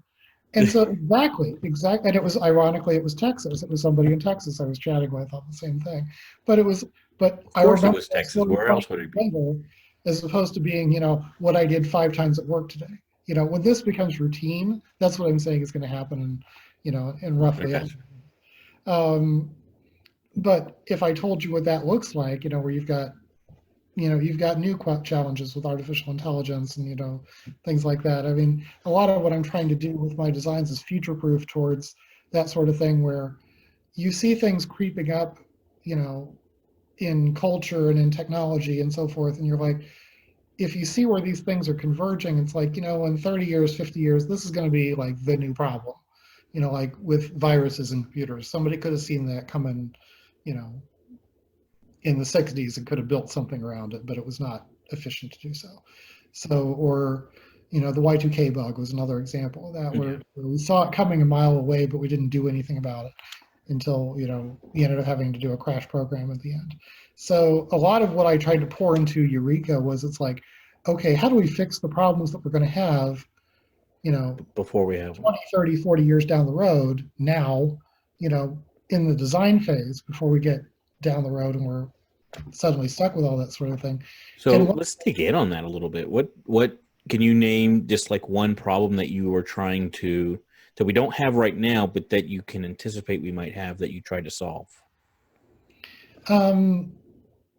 some of them are very mundane. I mean, it would be nice to have just a one plug for everything. I mean, we kind of we're getting close to that with USB-C, but it would be nice, like if you plug something into a wall and it's data, it's power, it's all that stuff in one plug. And I think one of the things it'll be is light, because you might, on a space station especially, you want to pipe in the appropriate frequencies of light for plants or for living or whatever. So you'd have a fiber optic channel along with everything else. I have ideas around security for communications that are, I'm trying to make things very hacker proof. I'm trying to make them, rogue AI proof, for lack of a better word, because a rogue AI isn't necessarily Terminator. It's not necessarily trying to kill you. It's doing its best with what it's got, and it may not necessarily know all the factors involved. And so you have an issue where it's, a creeping error or whatever. My day job, I'm a business analyst, and one of the things I have to look out for is, you have somebody on the computer side who says something and somebody on the business side who says something. And when they try to rephrase what the other person is saying, you're the one who's sensitive enough to both languages that you detect the drift. And you're like, no, we have to fix this now, because you won't see the error for 6 months. And then it's going to be, tens of thousands of dollars or $100,000 or cost somebody their job or whatever. But we got to catch this now, because you guys just talk past each other just enough that you think that computer system is doing what you said it's doing, and this guy thinks he's doing what you asked for, but it's not quite the same thing. So there's a sensitivity to that you need to work into these things up front. One of the most amazing stories is, I think it's written in 1903, called The Machine Stops, by a guy named E.M. Forster. And he predicted, based on the cultural and technological trends in 1903, a lot of the problems we're having now with people being very isolated on the internet, where they're only talking to their devices and so forth, and they don't have a lot of human interactions, and when they do have them, they're uncomfortable and so forth. This sort of, induced autism of technology. He's predicting that back then, based on, they barely had radio, and this is, from what I can tell, it's about the same technological era as like the movie The Time Machine, or the book, which is it's based off of. It was actually, it's funny because when you look into why he wrote the story, a lot of H.G. Wells' early technological fictions, like the Shape of Things to Come and so forth, were very optimistic and control-ish, and he brought a lot of his Fabian socialism into it. And this guy was saying, no, human nature is not like that. We do not overcome our nature through technology. Our technology simply enables our vices as well as our virtues. I came up with a principle that, if I'm remembered for anything 100 years ago or 100 years from now, it'll probably be this, is the 3 rules of technology, which is, the first is that if something doesn't make things more effective or magnify the effect of them in some way or another, faster, stronger, more powerful, then it becomes a toy. The second thing is that human nature will be such that, I'll just summarize it, is that once we have this empowered technology, it's going to be used for 3 things. The majority of it's going to be used for more productive work or more benefits to tech, this way. That's the difference between innovation and invention. Invention is anything that you make that's novel. Innovation is something that makes life better. So if you have an innovation, for the most part, it will make productive things better, manufacturing or ease or whatever. So, healthcare or whatever. There's going to be a minority of that, maybe about 10%, that is going to be used for magnifying the effects of crime and vice and so forth like that. So, cyber criminals and so forth, that is technology-enabled crime. That is a technology-enabled vice as opposed to a technology-enabled virtue. But the thing that most of it will be used for is, because we have this empowerment based on our technology, our machinery, or whatever, air conditioning, whatever, we will be able to reach levels that we've never been reached before in human history of human laziness. And Or is it going to be like the movie Wall-E or something like that, where we're all just sitting there I think the Jetsons is sipping close to our? the log, where it's just like we've got all this empowerment, but now it's like I had to push the button 5 times at work today. My boss is such a slave driver, and there's aspects of actually my day job at the moment that's a lot like that. I'll be honest. I've got this 50-step process I have to do every night, and if I don't do it, the whole thing falls apart. But some days that's all I do is that 50-step process. Other days I'm doing real work, but it's just funny how that all worked out. Um, but it's that book is what kind of inspired that, is that they were kind of getting stuck in this rut of, we're all very isolated. We're built from the ground up, just so, okay, I'm doing muscular work now, I'm not going to think as much, or I'm doing mental work now, I'm going to kind of not focus on lifting heavy objects, or okay, I've just eaten a big meal, I'm going to not do either one, I'm going to just chill in front of the television. We're kind of built that way from the ground up. So when we're in a situation where we're not using our mind or our body or our, we're just consuming, you know, each one of those has sort of a laziness gradient that's built in to allow us to do the other things when we're working. But when all three of them turn on, then we are comfortable, but we are unchallenged. We're not, you look back on your life and what have you done with your life, that sort of thing. And we're in kind of a crisis like that socially now, I think, with social media and with the internet, where we're kind of I think the term back in the 70s was television was amusing ourselves to death. Now it's even worse, because now it's not just in front of the television, it's in our pockets. We can It's anywhere we go. Yeah, it's like you can't spend 5 minutes and just be bored and think for yourself. You're watching a little screen that's feeding your political and technological opinions to you from somebody out there. So you need to kind of switch off from that, and or even the advantage of a book is because it is not interactive, because it is just you. So you're with this other person's thoughts, but because they're static and you're not interacting with them, like there's not going to be an update to this book from 300 years ago anytime soon.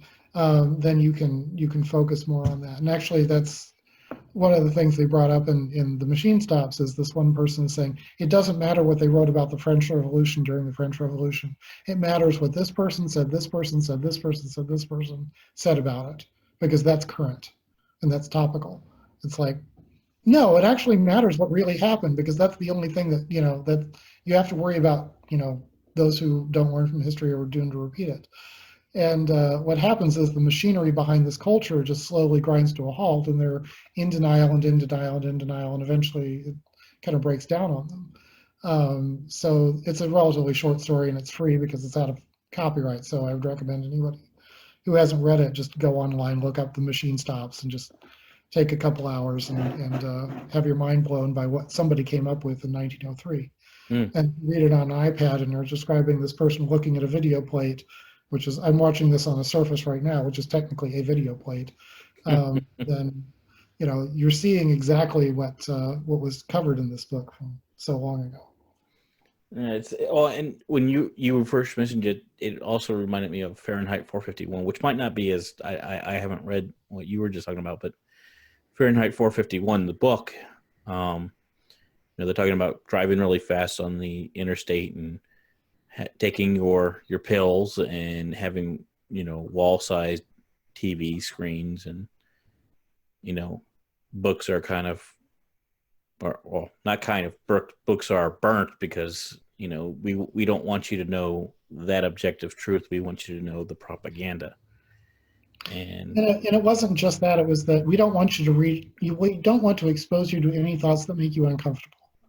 Right. And when search engines silo you towards things that are similar to what you've already watched, then you are already getting into that sort of, the left, one camp doesn't know what the other camp is talking about, because they may be using the same verbal language, but those terms don't mean the same thing to you. How much? I mean, we're veering a little bit off of space, but I think it's something that our audience will be very interested in. How much I know me personally, I've talked with family members, close family members, and because we live cities apart, we only see each other, a couple times a year at most. You know, we get into certain topics where I've done a lot of my looking and research and listening and what have you, and they feel they've done the same thing, and we're somehow coming up with utterly different conclusions.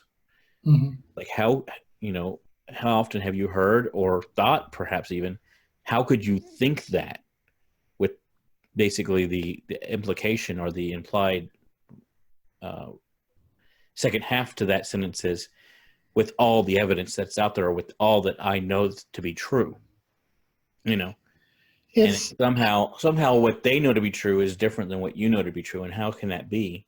I thought there was only one truth with a capital T. And there is, but the problem with that is that if you have different ideological camps, um, we can take something that we can, we don't even have to get into, um, agitprop or whatever, where somebody picks certain aspects of history and makes a image of something that is misleading. Um, Even if we are talking about something relatively objective, um, I think there was a study that if you have 3 or 4 people all watching, who are all eyewitnesses to the same event, no politics, no religion, no, just watching a car accident or whatever, those stories will vary, I think, or they will overlap by roughly 85%, um, just because they're looking at it from different angles. And you can actually watch, documentaries or whatever, where they will put a camera right there at each of these angles and show you the exact same scene played out. And because of the angle of the camera, mimicking the angle of the eyewitness, um, you are seeing a different story, which has it looks like different events played out. it's like Um, the blind man with the elephant. exactly. It's exactly like that. And unfortunately, there's a lot of people in the business of selling trunks and tails and horns and whatever, and ears, that do so at the exclusion of the rest of the elephant. And that is true in pretty much any field of human. I think that's one of the reasons why we have things like anti-vaccination and flat Earth and what have you, which is just like, I've heard a lot of people tell me, like, even like guests on the show, which I won't single them out, but they're like, how can people not believe the Earth is round? It's a fact. It's provable. You could do experiments. And it's like, well,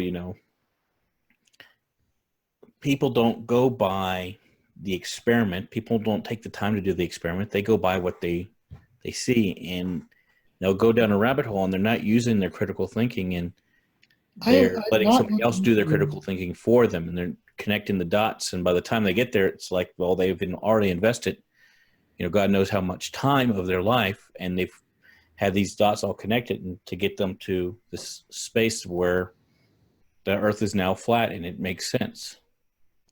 And I've seen people do that. I went to a talk by one guy who is, I won't say what from, but it was very political. And I thought there was something he was doing that was very brilliant, but it was also very evil.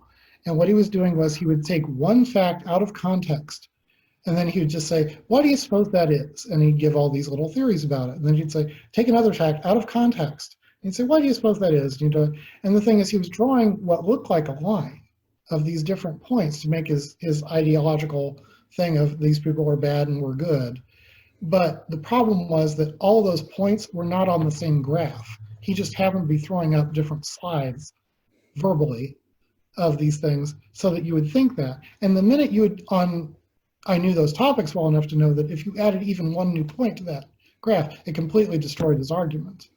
So you could have had somebody, if he'd been in a debate, for example, where somebody was just saying, no, what you're saying is completely wrong, or your conclusion about this point was completely wrong, because here's one fact that completely devastates that. The thing about flat Earth in particular, I remember as a kid thinking, I can understand why long before this was ever an internet, before there was an internet, um, I could understand why primitive people thought this, because you'd see the sun like maybe 10 degrees above the horizon, and the rays on this side are going this way, and the rays on this side are going this way. And if I was looking at an aircraft, that was 2 miles up or whatever, and that aircraft had a searchlight going this way and a searchlight going this way, I would say, oh, that thing is 2 miles up, and the sun looks like it's 2 or 3 or 5 miles up. And so I could understand why somebody would think that. And then it was like, well, why are the sunbeams doing that?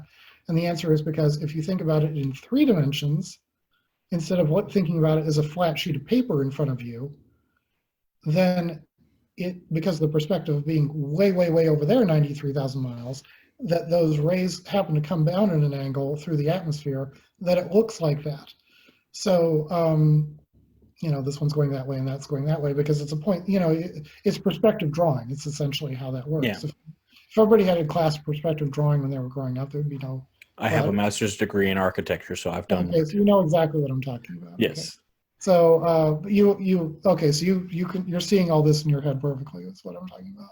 I am, and I follow it. Hopefully the audience that's not trained in the same way I am is also seeing it, but you get the idea. It's like, oh, I can see that one data point being taken out of context. Right. I've not looked into what these people are saying, because I just can't, I don't have time for that.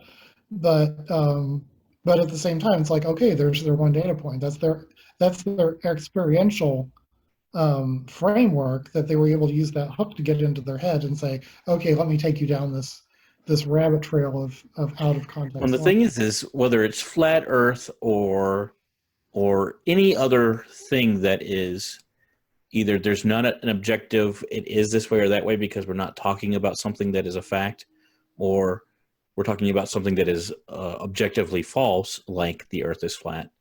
A lot of truth is used to justify the pernicious lie, Mm-hmm. And it's difficult to convince somebody. It's like, well, look, I know this one point to be true, and I know this other point to be true, just like you were saying. I know these 15 points are all true. And so if you line them up in a certain way, it gets you to there. So how could it not be true if all these 15 things are true? And it takes a long form Mm-hmm. of talking with somebody that is actually willing to even listen. Even if they don't buy it, they can just listen and say, okay, that's your perspective. Mm-hmm. It takes a long time. It's not going to happen in probably one conversation. It's probably not going to happen even in 5 conversations. It might never happen if you got the wrong person. It's not open-minded enough.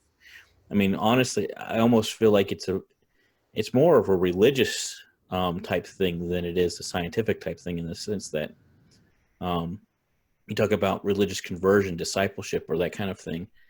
It's pretty much the same thing, and now we're really steering into dangerous territory. I'm not trying to say that one religion's false and the other one's true or anything like that, but the way people change their mind about religion is the same methodology, and that can be used for good or bad, so to speak.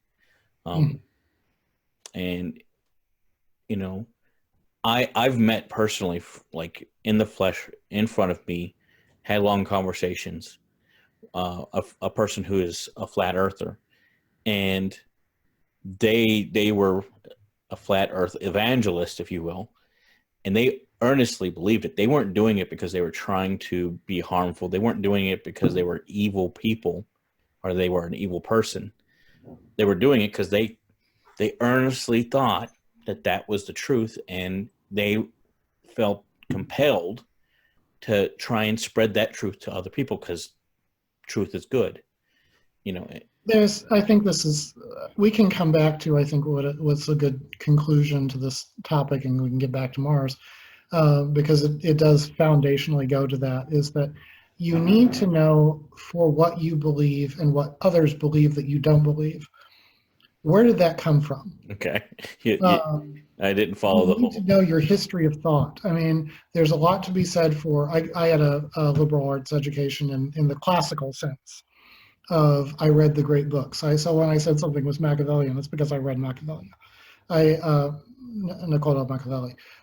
If I say something is this, I am quoting original sources, because I was immersed enough in those original sources in college to develop a lifelong interest in them. And so now I still read, I try to read at least one great book a year, one way or another, or like on my website, I go through a whole thing about Dante's Purgatorio and how that reflects the idea of form versus substance in regard to like open source software and that sort of thing. I'm not saying that that was prefiguring open source software, but I'm saying that the concept of some things that are magnified by dividing them, in the case of Purgatorio, it was love, and in the case where more people who have love in a room, the more love there is. If it reflects like light off different mirrors. It becomes amplified by sharing it.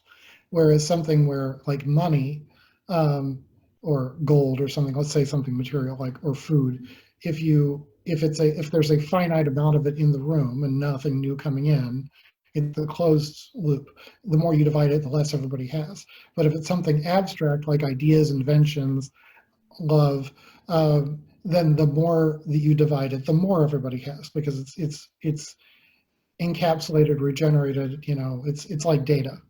It's atoms, or it's bits versus atoms. The more you copy it, the more it exists, the more it can mutate into different ideas and so forth. And one thing that drives the evolution of ideas is putting it in different environments the same way, the evolution of a plant or animal at a certain level is driven by, if you put it in different environments, it's going to tend to vary in that direction. So going back to Eureka, that's essentially the idea with that is we have a base on Mars. We have certain labs that are at 1G because they're spun at I think like a 51-degree angle around like a track. So there's like this big track that goes around it, and there's multiple tracks and different rings and so forth that can be adjusted to different gravity levels from Moon, Mars. So basically, what you're doing is you're using the G-force of going around the track in a curve, right, at a certain angle, that it's going to simulate 1G of force on the surface of Mars, which is what, 1/6. You're on Mars, but it feels exactly like you're on Earth. If this track is the right size, proportions, and speed. And it's roughly highway speeds. If you get too big, actually, ironically, the bigger you are, the faster you have to go, but the more stable it is. So there's kind of a sweet spot. So I made 3 different tracks so you could figure out what the sweet spot was. But the bottom line is that, and then you had enough ice shielding over the top of it that the radiation levels were comparable to Earth. So it's like, okay, I've solved for, you're on Mars, but you have the same G-forces as Earth and the same radiation levels as Earth. If I do an experiment here versus what's on Earth and something's different, then I know there's another variable in the equation. If I adjust the gravity a little bit one way or the other, which I cannot do on Earth, I can increase it, but I can't decrease it because I can build a track like that on Earth, and there are labs like that. Then I can expand the functionality there. And then one of the ideas with this is that you would run experiments on life, crops, bacteria, whatever. And the thing about crops in particular is plants actually have much more, a much broader genetic biome than even human beings. There are funguses out there that have more chromosomes than human beings, just because they've been around so long that they've got so much of this stuff. And any one of those can express themselves differently under different stresses. So you lower or raise the gravity level, you lower or raise the radiation levels, temperatures, pressures, whatever. You can adjust for all those variables in a space settlement environment that you can't necessarily do on Earth. And the closer those get to Mars surface conditions, whether it's we block all the radiation, but the gravity's 40% like it is on the surface, or whatever, then we are starting with a known entity of life on Earth, and we are moving slowly into the unknown. which is the proper way to do science, because then you can, and you're also controlling for variables the way you do in proper science. It seems like So you've set up an environment where you could basically do the research necessary to go from 1,000 people on Mars to, millions in basically an occupied or a settled planet. the idea of the core function of Eureka is it was two purposes. One, I found 24 reasons why somebody could raise their hand and say, you can't possibly settle space because this, the radiation or the cost or whatever. And I basically tried to hammer every single one of those nails down. So now Gotcha. what? Okay, so we've got the possibility of a settlement that's affordable, it's workable, whatever. Now what do you do? What can you do there that you can't do on Earth? Well, the simple thing is if you can advance science in this method, it has dramatic impacts on agriculture, which has to do with feeding everybody on Earth. It has to do with medicine, which has to do with curing people on Earth. It has to do with, so if you're fed and you're cured and you can do different things with chemistry and metallurgy and so forth, you can make different materials. You have the makings of a massive technology revolution. And then, like I said, one of the reasons we want to make things so that systems are built in the most robust way possible, and you're setting an example of that, and you have an industrial standard that you are not going to send this to Mars unless it meets, you must be this high to ride this ride. You must be at least this robust and use these methodologies and use these, everything down to the screws and everything to send something to Mars. Then the products that do that, they exist. You can no longer say that this is impossible because there's no market demand for it. You can take that very same thing and use it in Antarctica or use it on the moon or use it on an asteroid, but you can also use it in Wyoming, or you can use it in the third world where you have similar challenges in some ways because you don't have the infrastructure support or whatever. So it has a dramatic feedback loop on making life better on Earth to have this specific lab, as well as enabling space settlement, not just on Mars, but on the moon and throughout the solar system. Awesome. Okay, so if people want to find out more about this, besides just simply going to the talk in October in LA, how can they find out more information about this? I posted the paper, which we were limited to 20 pages, which I spent probably 3 weeks just trying to get it concisely written in 20 pages because there was so much in there. Because there's the whole economic thing that we were talking about briefly of how do you break through that. Actually, we didn't go over that part. How did you set up the economic system, or what is the economic part of it? The short version is that you have to kind of do a judo on the problem of, the harder something is as a challenge, you can use the weight of the opponent against it. That's the concept of judo, is that you flip somebody using their own weight as a hammer against it. So one of the things that makes space novel is that it's exposed to radiation, it's exposed to a lot of other things, and then the fact that something is going to Mars, it's got to be built to very high tolerances. So I was touching on that. So it's like, okay, if I am we have two spheres right now, and this goes back to the whole thing of the way rocket scientists see the world. A rocket scientist building something for an Apollo capsule will have the best air filters for something relatively small like that for life support and so forth. But they are not air filter people. They are not working in an air filter factory for 50 years or whatever. And space, as I said, has to eventually become boring, domestic, and whatever. So those people are going to start making things for spacecraft, whether it's that or whether it's machine tools or 3D printers or whatever. So what do we do to domesticate that whole thing? This gets away from the sort of engineering for lack of a better word, priesthood. We tend to venerate our Apollo astronauts. We know their names and so forth. But when it gets down to, we're not going to know the name of the 27th plumber to land on Mars. So it has to be an intentional effort, and it's going to be an uncomfortable effort as a culture to domesticate this stuff. On the one hand, it's going to be very exciting because if you're a plumber, you suddenly have the ability to go to Mars. If you are the proverbial 27th plumber, it's not because you're an astronaut who decided to become a plumber. It's because you're a plumber who got a little bit of training to go the next notch. An example of this, going back to my father being a test pilot on the B-47, that was a 6-engine jet about the size of a small airliner. But to fly that plane, one, there were only 3 people on board. 2, they had to do pressure blowout testing every year. They were wearing a parachute in the back. They had to ride an ejection seat. They had to do all the things you would associate with a jet fighter pilot on this big plane. Now, 12 years later, based on what they did and all the people who frankly died getting that work done, we had the 707. And all you needed was to be able to afford the ticket. And now it's like you need a driver's license and $100 and you're off to, 1,000 miles on the flight. There's no, and your kids are taking the flight with you. It's not like you're not doing all that pressure blowout training. It went from being the priesthood of people who could go 600 miles an hour in a 6-engine jet to anybody. The congregation, essentially. That sort of,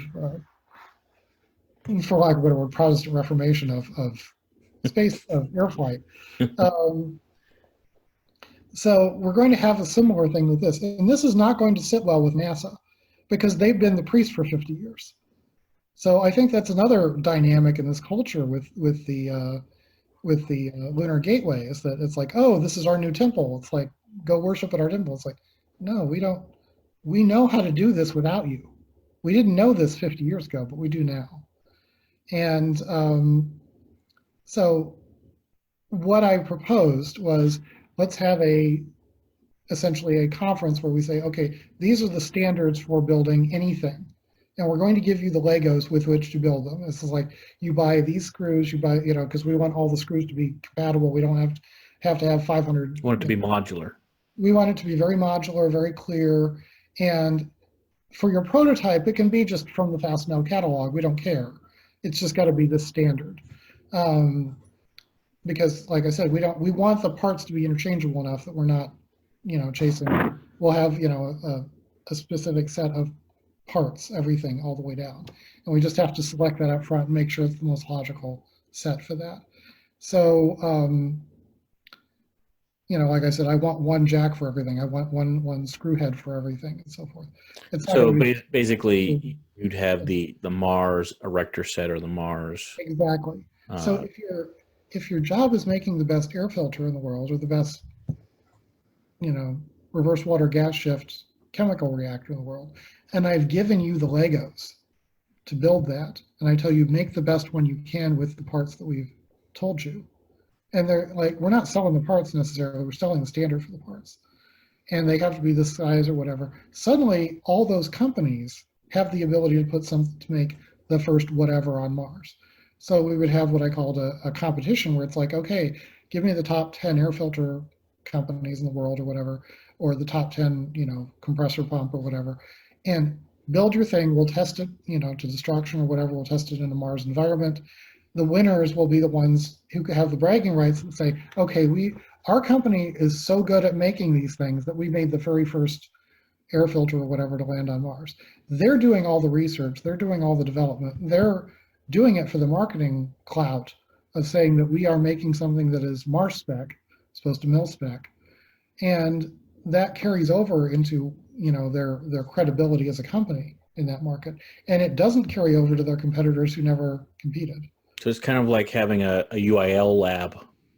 It's exactly like a UIL lab, yeah, Underwriters Labs. It's in fact, that's one of the models for this. So if you have something like this, one of the problems with Eureka was one of our rules built into it was that it will cost X amount to send stuff to Mars and X amount to send back. And if you do the math on that, it becomes very difficult to support that as an economic model. But if you're, when you're doing, when you're just sending back Mars rocks or whatever, but the minute you start doing something like what I'm proposing, suddenly a significant percentage of the infrastructure that you're ordering for the next phase of the build out is maybe not free, but it's pretty close. And it's to standard. And people are doing it for the love of being able to say this. So the other thing I made was kind of a feedback loop. Well, I just wanted to explain real quick for those that didn't know. UIL is basically me having a background in architecture.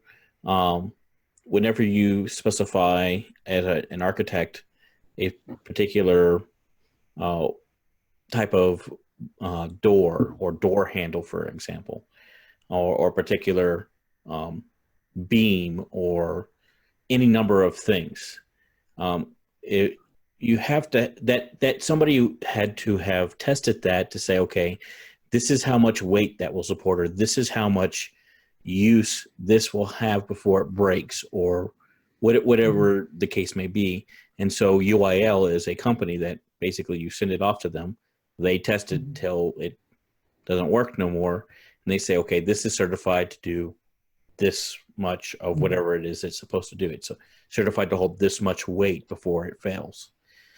And then it gets a little UIL certification. It's a little mark. And when you're an architect, you tell the builder, I want you to use that because I know that that has that UIL certification, not this, which some guy in his basement made. And maybe it's the greatest thing, but I don't know that, so we can't use it.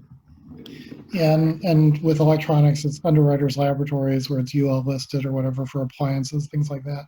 Same thing, and it's a company. It's not a government agency, because and that company's whole business is testing these things and certifying them, and the companies pay into that as their model. So it's not a regulatory thing. It's sort of an independent regulatory entity.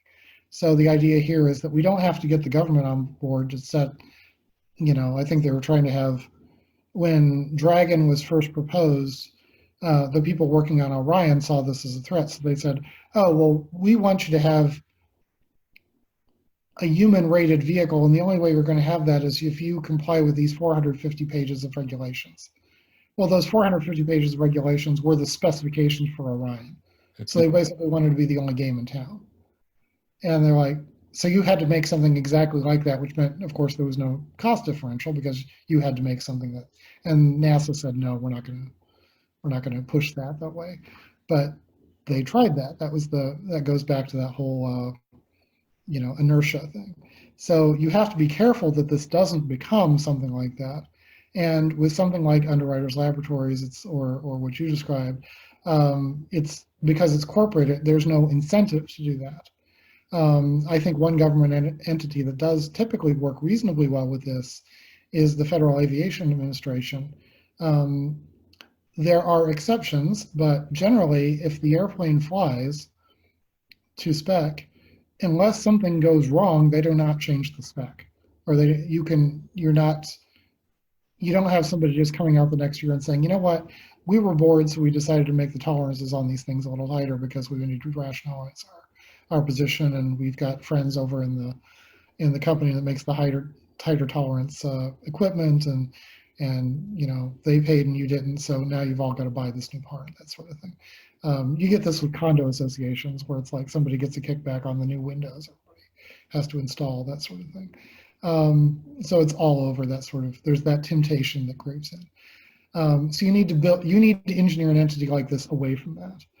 But the converse of that is, okay, I have this, I've sent the first air compressor to the moon, whatever, it's this thing. I'm going to kind of want that thing back so I can put it in my lobby so that all the people who are clients are going to walk past that entity. But if I'm on the moon, or Mars or wherever, I don't want to send that back because I can at least recycle the metal out of it and use it for something else once it breaks or whatever.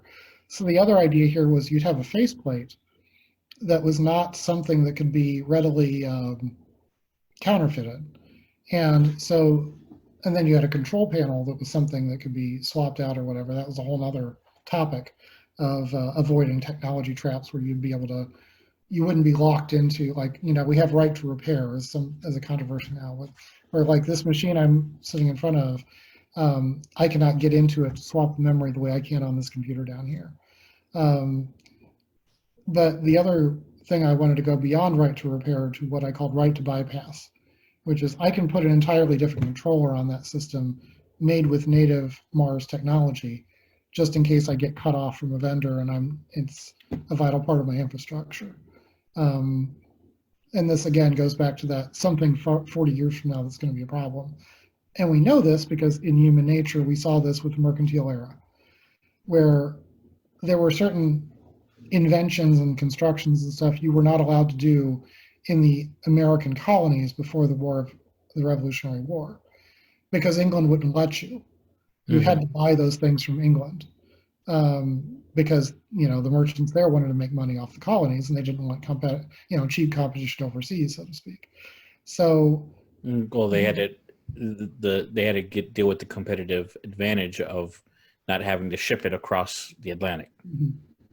And they would send junk, because they would basically, you'd wait 5 years for it, and it'd be the worst quality thing. It would barely operate, because they're giving the good stuff to the people in town, in London or whatever, where there's a close feedback loop to say, yes, this is good. You go to that wagon maker or whatever, and he'll make you a good wagon. If they had one that was junk, it's like, I'll send that to America. They're never going to get back to us or whatever on it. So this was another incentive, actually, for the American Revolution, is Washington was rich enough. It sounds like internet service providers to me. Yeah, it's like, well, yeah, that's the old joke about Comcast and customer service and so forth. Oh, yeah, and not just them. There are plenty of others out there. But going back to the topic, the thing is, so the bulk of it would be something that you can make on like a CNC machine. So this is just a typical piece of hardware. So like maybe 80% of the mass and volume of this thing is something that's cranked out on a CNC machine, which means that on Mars, if you have a CNC machine, you can replace it. Then you have the controllers, which is from Earth, but it's bypassable down the road. So if some competitor makes, and then there's this identity plate. And the identity plate is there to say, I was this is the 27th air compressor that's ever been on the surface of Mars or whatever. So in that logistics of sending stuff back to Earth, this thing sits on Mars for 5 years with this plate on, advertising, this is the company that made this wonderful air compressor. Then you send that plate back, and that plate weighs a lot less than the air compressor. So, plus you're able to then recycle the metal or use the controller on something else, whatever. So in addition to whatever Mars rocks or whatever else you're sending back to put on the market, you're sending back these plates. And the plate can be subdivided and sold and whatever. So you could have something that is no longer something where somebody cares that it's the 287th, control valve to go to Mars. At some point, everything becomes mundane because it becomes normal. So who's going to sponsor the 287th control valve to go to Mars? Well, if it's something where you've sponsored, the 200th to 300th one, and every one has a little plate, and all those plates have been to Mars, and all those plates come back, and you've got them like lined up like stock certificates, and you've got them in your wall display, then you've got your little piece of history. Even if you're, the plumber, at the, and this is their collection, this is their little contribution to history, is that I may just be a plumber, but look at that thing over the fireplace that says I contributed all these parts to Mars. And that base could not operate if it wasn't for people like me doing that. The same way, it's exactly like a stock certificate. And in some ways, it would actually be exactly, there would be investment vehicles similar to that, where the plate doesn't represent a particular part, it represents, a shipment of grain or whatever. So where there is no material thing, it's a commodity. But I've sponsored that commodity going to Mars. So that would probably sustain you through that trough enough that you could pick up on the other end once you are producing, all those pharmaceutical revolutions and so forth, so that you gradually have something going from the pioneer state to the, to the collectible investment state in the middle that fills this chasm. Mm-hmm. And then on the other side, you have the actual products coming back, where once that model is no longer viable, the other model is. Now you have some industry set up. Yeah, that was my way of bridging that gaps, where you could theoretically make a space settlement economy actually work.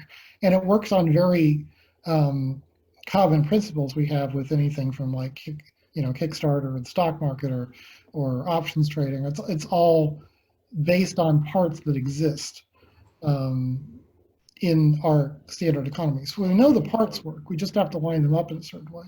So that's why I said it's like a convergence. Gotcha.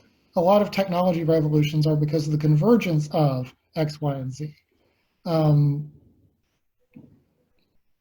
Those elements may exist, or they may slowly be in development or whatever. But once you have, this guy invents this piece, and this guy, this guy invents the telegraph, and this guy invents the railroads, and suddenly we have railroads with telegraph poles down the line.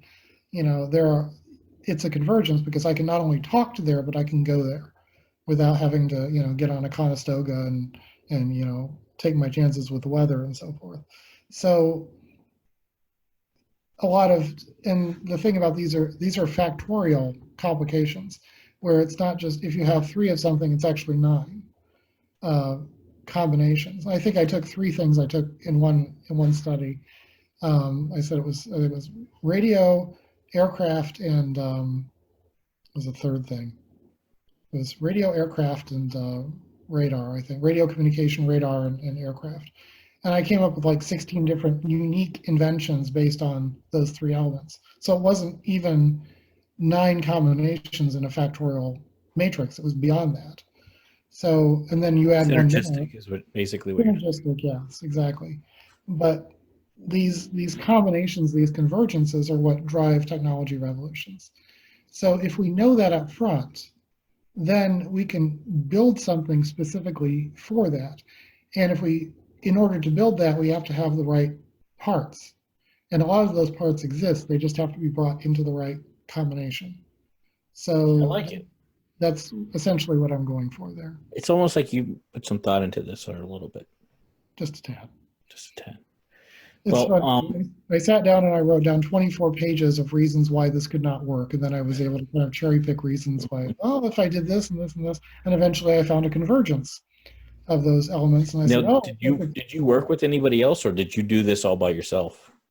I did the writing and the design all by myself. This was actually kind of a funny story on that. I originally wasn't going to compete because I'm the chair of the steering committee, and I thought, well, that would look a little bad. But then I thought, you know what, if I don't do this, this is what I've been working on for 10 years. Why would I not want to make a crowning glory project that converges all these things that I've been working on for over a decade and puts them into one nice little package and goes beyond that into something that's worthwhile doing? And so I was talking to a friend of mine he actually was inspired to do his own Earth return vehicle based on the work I did back in 2004. And that was popularly received. He kind of updated it to use more SpaceX stuff. And then he knows somebody who was really good at computer graphics and had his own idea for a settlement, but he was a little weak on some other areas. And then we found a 4th guy. So it was like 4 of us all kind of going back and forth in email. And the one guy who was really good at computer graphics, that's why my graphics look so good in this thing, is that I said, well, if I give you these 2-dimensional schematics, can you make a 3D version of it? And he said, sure. So he made a lot of my diagrams that are in the actual paper. And he had his own entry, which was really good. So when he was not picked in the first 25, I knew I had some really stiff competition because it was a good design. There was nothing wrong with it. And I know how to, like I said, I know how to pick these things apart because I was picking apart my own for 10 years. So I wasn't seeing rookie errors or whatever. I was seeing a really good, solid design. And he didn't make the top 25, which tells me I've got very stiff competition in that 25. Now, those 25, just as an advertisement for the Mars Society, are all supposed to go into a book. So whether I win or lose or whatever, it's going in the book. So that and the other ideas that are as good, maybe better than what I've already just told you, are going to be published by the Mars Society at some point after we figure out who wins. Yeah. So, I'm really looking forward to reading that because I'd love to see stuff. I think it's showing that the interest is starting to snowball. The knowledge base is starting to snowball. It's a good time to be in space colonization and good time to be in space, period. Mm-hmm. It's really starting to snowball. Well, I think we do need to move on to chapter news. But thank you so much for giving us that information about your entry there, and definitely I'm sure your talk that you're going to do at the convention, as well as your other talk that you're going to do at the convention, both of those will be very interesting in even more depth. So definitely check that out. If not in person, at least I'm sure we'll post those as we do all of our things on our website, on this YouTube channel, in fact. So, all right. So, chapter news. We actually have some really good stuff this week. We want to congratulate our amazing chapters in Peru and Spain. On June 13th, they received the following good news. Quote, I am pleased to inform you that your team, after a thorough review and comprehensive selection process, your proposal titled Effect of Microgravity on the Growth and Biofilm Production of Disease-Causing Bacteria, unquote, in response to the first announcement of opportunity-inviting space experiments on board the China Space Station, CSS, under the United Nations/China Cooperation on the Utilization of the CSS initiative, has been selected for implementation. Now, that's big. That was a lot of words. Basically, what's going on is they have developed an experiment, and this experiment has been selected, one of 9 that were selected to go on the Chinese space station when it goes up, to actually be performed by the Chinese on the space station, which is phenomenally amazing. It's really, really a big deal. So we want to make sure that we give major props out to them for doing that work. Color commentary on that. There have been similar experiments on the International Space Station where they found out that things like salmonella and so forth become more virulent in microgravity. And your first thought is, oh, great, that's another problem we have to deal with going to Mars or whatever, because the diseases will get worse. And by the way, the medications get less effective, so you might have a convergence there. Here's where things get interesting. If you can then turn around and take the virulent bacteria, the more virulent bacteria from the space experiment, and compare the genetics to the less virulent normal bacteria on Earth, you figure out where those vectors are that made it virulent in the first place. And then you can attack those to make the bacteria itself less virulent. So we could theoretically cure things like C. diff and salmonella and so forth, or make antibiotics or outright cures for these diseases that we've been struggling with for decades or centuries, and just never quite gotten to the end of it. So this is extremely good news, that not just for that chapter, but that experimentation is going on at this point. Indeed, we're really proud of them.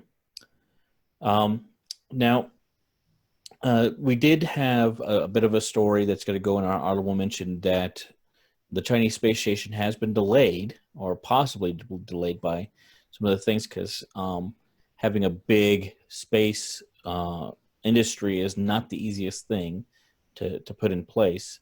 And as you said, both regarding SpaceX and NASA and others, it usually takes about 60% longer than you think.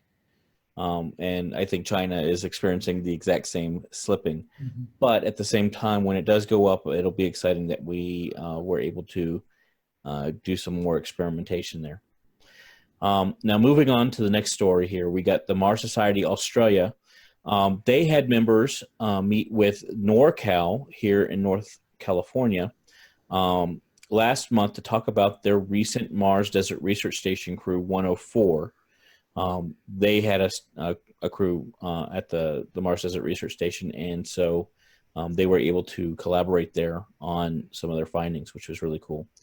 And then finally, Bangladesh Mars Society chapter, they are putting a call out. They want to invite all space enthusiasts to join them in listening to Dr. Tess Caswell, an astronaut from NASA, live at DACA, DHAKA, DACA, on June 30th, 2018, from 3 o'clock to 5 o'clock p.m. at IUB. I would assume that's local time. The title of their talk is Space Stories from NASA Astronaut. So be there or be square. If you are in Bangladesh or near, go check it out. That's going to be it for our show today. Thank you so much for watching.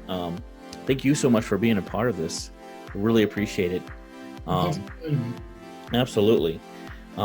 We are, this is episode 6, so we are kind of just still starting out here. So if you would please hit that like button, subscribe, hit the bell icon to be notified when we post new videos. And or if you're listening to this on iTunes or some other platform, also give us a comment, as well as share it with your friends. Let everybody know, so that we can really get the word out there on what we're doing. All of our episodes and links to all of our social media, including LinkedIn, Facebook, Instagram, Discord, Twitter, are all found at www.marstalk.org.